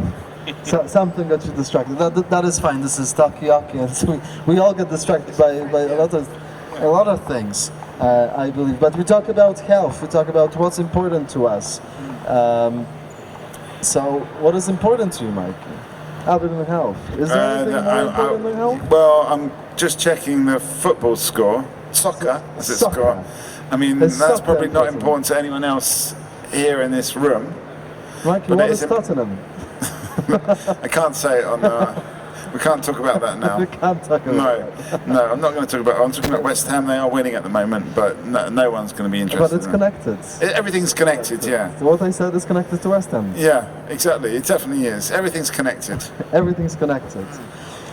In that spirit, let's do you like sports? Is sport important for health?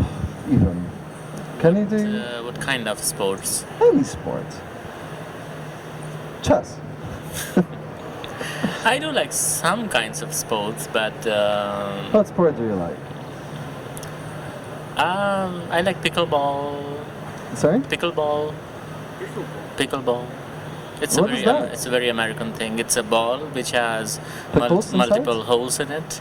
Okay. It's a ball with many holes, and you have 2 rackets, like badminton rackets, solid wood rackets, and then you go to a pickleball court, which looks like a tennis court but smaller, and then you have groups of 2 or 4 playing, just like you would play table tennis, but it has its own set of rules, which are slightly different from table tennis. So I have the gadgets, and sometimes I play with it. It's very good in summer because it gets hot, and then you're in the pickleball court, and you feel hot and bothered, and it's very nice. You get sweaty, so you lose calories, you move your body. It's quite exciting. So like that sport? Yeah, maybe we should try pickleball. Yeah, you can buy that from here and take it with you to UK. Maybe that's what I should buy for myself as a gift. I personally think my diagnosis for you, Matt, is I think you need to do more yoga. That is true. I've recently started doing yoga and I found it very beneficial. And you know, we identify that problem. Yeah, Yes. yeah. I think yoga is a good good pastime, especially as you get older, because you become less and less flexible. Right? No, I'm not. No, you're not. You'd be surprised. He's more Mike is more flexible than I am. Oh. I am stiff Yeah. as a. It's a board. Say that to the mic. Stiff as a dead dog, man. That was American as hell. But we are in America. We are allowed to be Americans as well. Yeah. I mean, maybe we should alert people to the fact that we're only in the US for an extra few. Maybe we need to talk to this person. Come and talk to us. Yes. That's okay. We're at work too. Kind of. Well, we shouldn't say that to immigration, but yeah, we're only here for another really. Not really. 25 minutes. We've got to 25 pack up minutes. and get on the plane. So the time is running out. Time is ticking. And if you want to talk to us on the microphone or in any way, because we will be gone. We'll be out of here. We'll be mostly unscrewing the Talkaoke table, but I suppose you can talk to us still then, not on the microphone.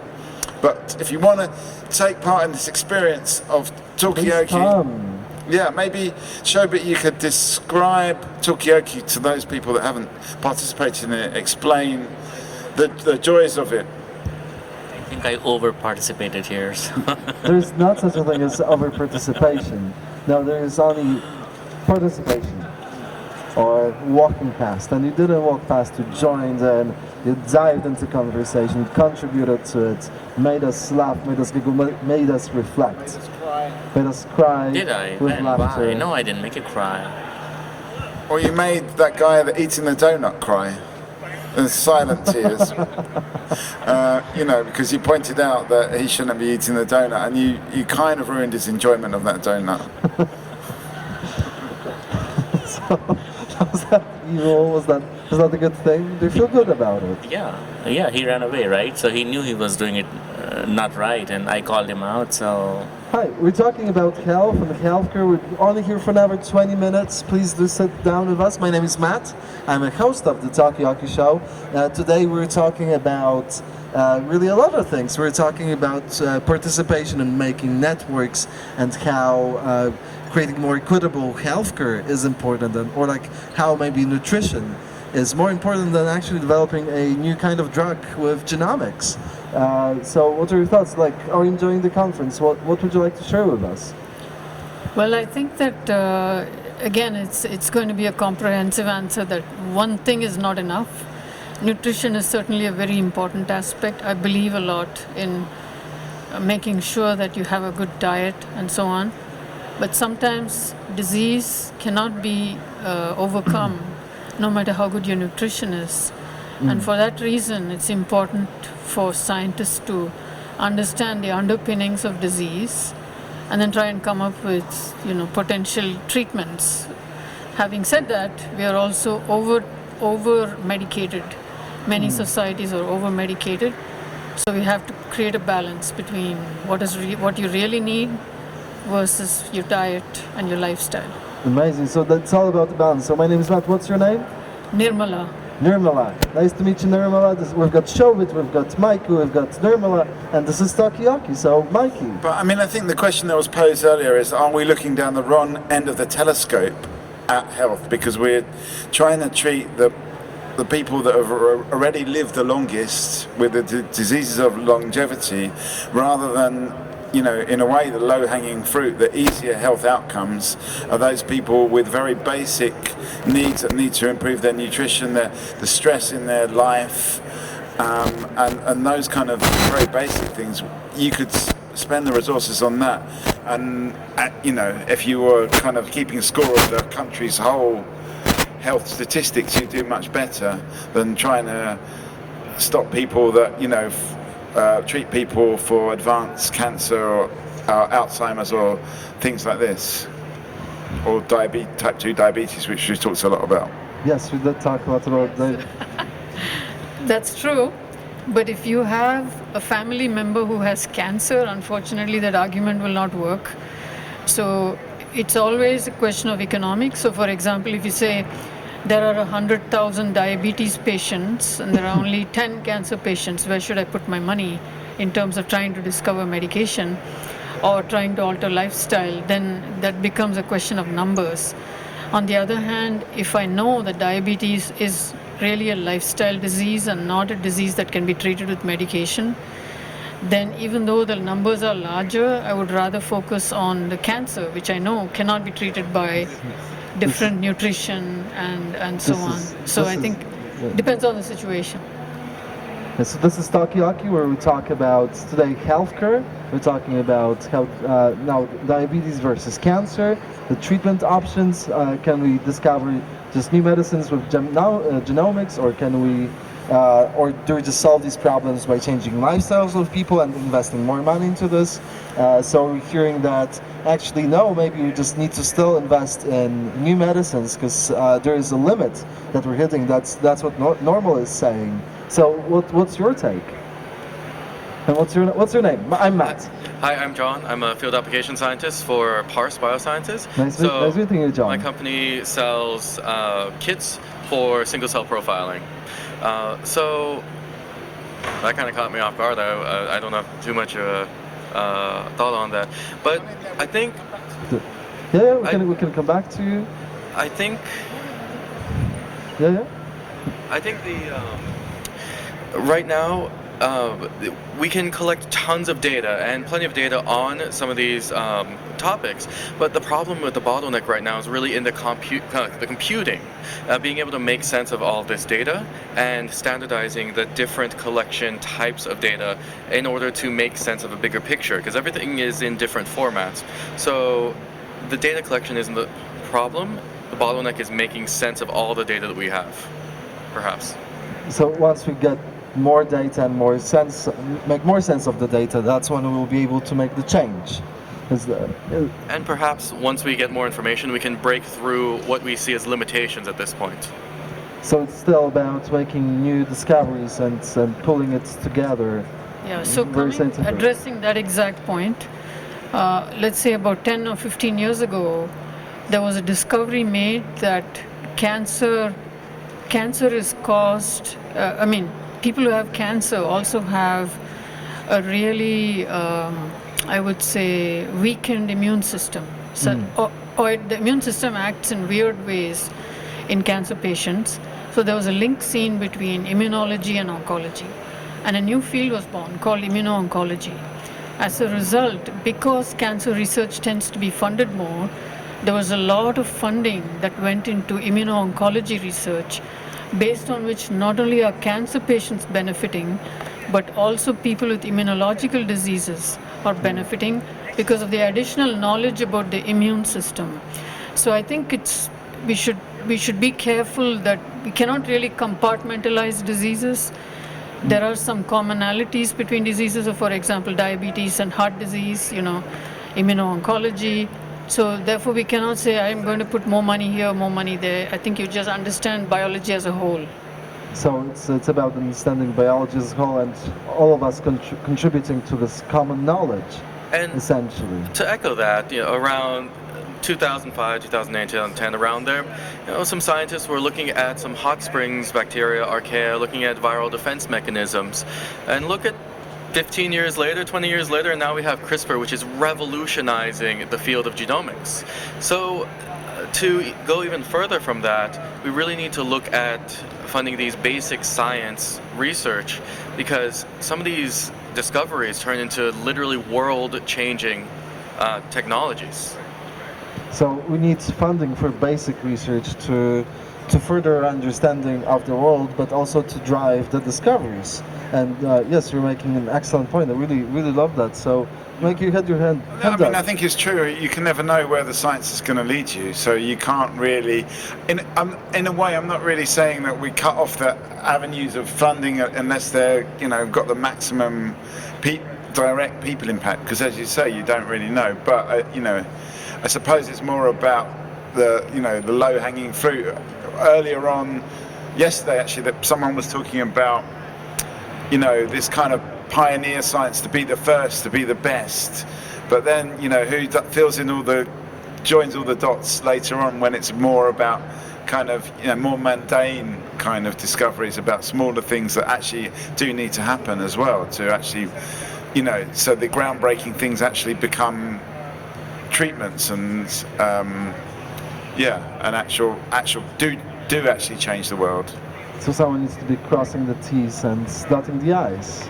And it's not always about being the first. I mean, how often do you ask Jeeves about something versus Googling something or looking at Yahoo?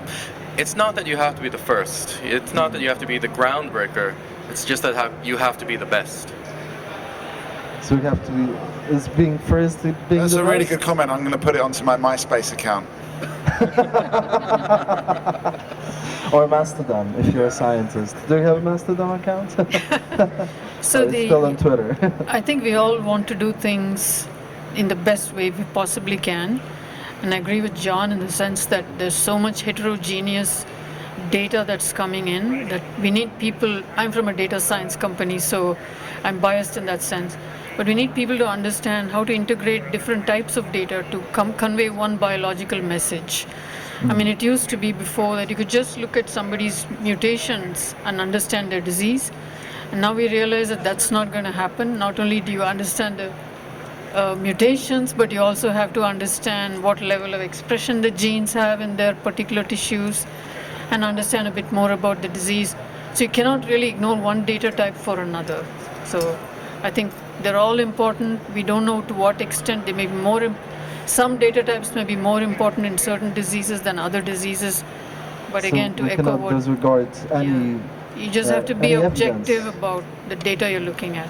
Yeah, so we have to be objective. I think that you're summarizing this really well. So we're talking, this is Talkaoke, pop-up talk show. We're talking about everything and anything. Today we're talking about healthcare and how to make healthcare equitable. So we went through funding different types of science. We're just talking about how how basic science is important in making new discoveries and how all pieces of data are important, but we're talking also about the funding mode.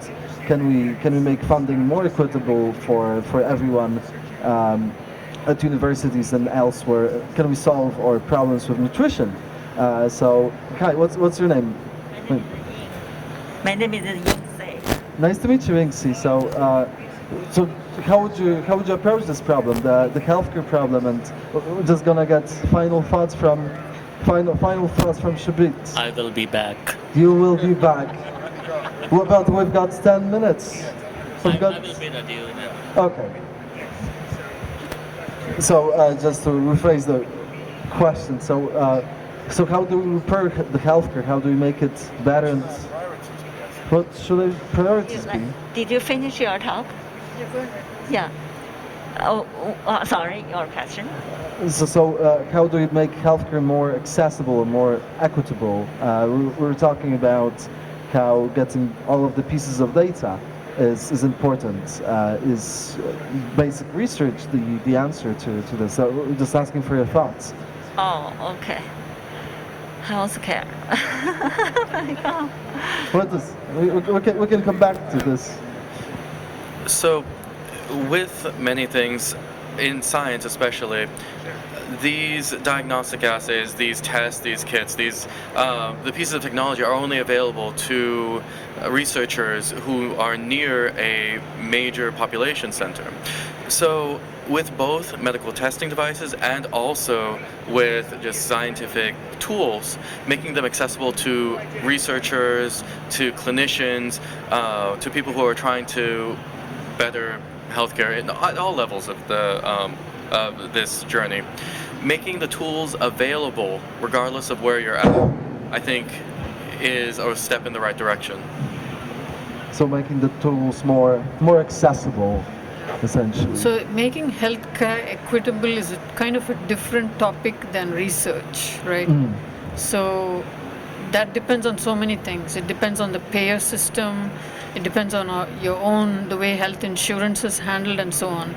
But I would actually kind of turn the question a little bit and pivot it to say how to make funding for research more equitable. In other words, how do we decide what are research priorities, what need to be funded properly, and where we need to focus our efforts. So a lot of people are saying now that with the advent of ML and AI, maybe my job becomes obsolete, in a few years, because I do data science, I do data analysis, and at some point there might be an AI engine that can do what I can do, right? So we have to talk about how do you make research funding equitable across the spectrum of the research areas, not just do the hot research. Now there's a lot of money pouring into AI, but others may be ignored, for this. So, I have a clarification question on that. Do you mean like within the U.S. or do you mean like throughout the whole world? Because the scale of that equitability changes how we think about it. Sorry, one second.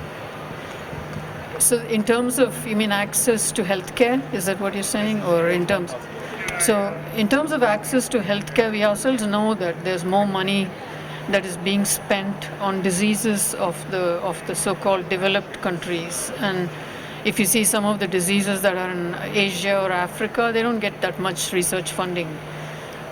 Probably because it's not relevant to someone who's living in the US or Europe. They don't really care if you get sleeping sickness disease because they never go to Africa. So there's that point, is how do we help those nations put money into research where it needs to be funded, right? That's a different topic. What I'm saying is, even if you take in the US and you apply for a grant, your grant is more likely to be funded if it has the word AI in it. I'm not joking, but you know what I'm saying. So you're just pandering to what is hot, and perhaps we need to take a step back and say, okay, what are the real needs? Let's not be carried away by what's hot right now. That's what I mean. Talking about the Asian or maybe Africa, but if people really go there, they really need to devote lots of time, free of the work, free of family. So that's who is going to do it? Or volunteer to do it, or paid for doing it. Yeah, so it's about the funding. Sorry. Just a pointless fact about artificial intelligence. I was watching a video that said that artificial intelligence as a term actually comes from a funding application, because they were in Stanford, I think in the 1950s, they were researching cybernetics, and they thought, we're never going to get funding, we need to call it something a bit more sexy, so they came up with artificial intelligence, and it's stuck ever since. So it's funny how the funding pipeline can actually drive the terminology. So just to explain, this is Talkaoke, a pop-up talk show. We talk about today healthcare and about funding science now, how to make it more equitable, like more equal, and like now we're talking about like if AI is the only thing that we should be pouring money into, or if it's if anything else matters for patients. So final thoughts from you, please, John. Oh, I just sat down because I was interested in what was happening. But I do think there's definitely equity problems in science funding and access to healthcare, and I think that may be what it boils down to. You have to, the things that are shiny and the things that catch people's attention are ultimately what people will pay attention to. And so is it that we need to talk to the people who are making these decisions and kind of gauge their perspective and make it so that they will look at the other things that are less shiny? Or as the people requesting money, do we have to learn how to make our proposals look shinier for those people? And then maybe it's somewhere in between. So it's also, thank you so much, John.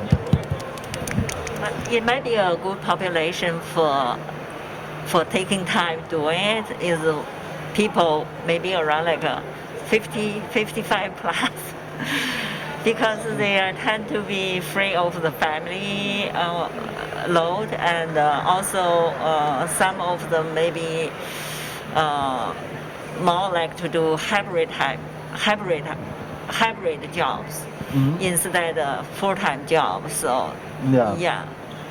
Because for people dedicating on the full-time job, I think they probably won't have second hand in doing something else. Yeah. Yeah, so it's also about the time commitments we have and time available. Sorry, my name is Matt. What is your name? My name is Nachi. Nachi, nice to meet you, Nachi. So, how do you enjoy the Genomics conference? We're talking about making funding equitable. We're talking about making healthcare accessible. What are your thoughts? Because we're going to have to go soon as well, but 5 minutes left. So please stay with us for final thoughts. We're going to be winding down right now, so please stay with us for just final thoughts and just 1 minute. It's a very interesting conference. I think I learned a lot about how big data is being used to from like disease diagnosis to like microbiomes, which give like hints as to whether someone is sick or not. It was very insightful, but I also think focus should also be given to like data generation itself, because we have so much data, but sometimes you're not really sure of like how all of that data is generated, and could be misleading at times. So I think that could be one thing that could be focused a lot more than just using the end product. So do we trust the data, and what do we do with the data? And you, as a data scientist, probably know what to do with it. Do we know what to do with the data? But we'll be closing down, I think, very soon, because we need to get back to London. That's where we're from. So please share with us your final thoughts, conclusions you want to share with us. Okay. Not just about this conversation, it's going to be about the whole conference. Yeah. So I'm here representing Vindhya Data Science. We are a data science company. The minute you see the word genomics, the first thought that occurs in your head is there's a lot of data, more than anything else. And in fact, the big data revolution in biology came with the advent of genomics. And we've gotten very good about how to analyze really large amounts of data, things that we never thought we could do even 2 or 3 years ago. So I'm very proud of that. I'm very proud of all the colleagues who have done that, and all the speakers in the conference who have told about the innovative ways in which they've analyzed the data and gained additional insights. And so for me, that was a nice thing to come and learn from this conference. Yes. Me too. I'm more a bench worker, and I think the technology really advanced. So in times of time saving and collecting multiplex data, the way will get more efficient. So this might be predicted in the future. It will provide more data to the AI. So new technologies is essentially the answer. So yeah, we've seen some amazing technologies presented. 9 hours for whole genome sequencing. Yeah, I mean it's incredible, but it's almost like an ongoing thing. So the more data that gets processing, the faster, the more innovative people come. Then there's another layer. I mean, yesterday we were hearing about this kind of the single cell sequencing. Yeah, and the detail, the level of detail that people are wanting from whole tissue samples of the DNA of each different cell in the tumor, and then suddenly you've got the same problem, but on another order of magnitude. So, but we have that conversation every year about data. I just want to say I don't think your job will ever be obsolete. It might be easier because in the future maybe you just press a button and the AI will do everything for you, and your job is just to simply post the result on social media. But I think you will still have a job. It may be just easier, and also there will be just even bigger kind of tsunami of data probably in the future as well to deal with. I just imagine just numbers just coming at you and sorry, but thank you everyone for joining us. Thank you so much, and please keep in touch with us. Have a great trip back. Thank you. Have you will show up in all the conferences? We hope so. Maybe that's what Talkaoke should do. You can find us more in London if you ever come to London. We're doing Talkaokes all the time. We're not very often we come here every few years or so, but we would like to do more conferences in the US for sure, and around the world, in fact. Yes, we'd love to. Thank you. And Thank you.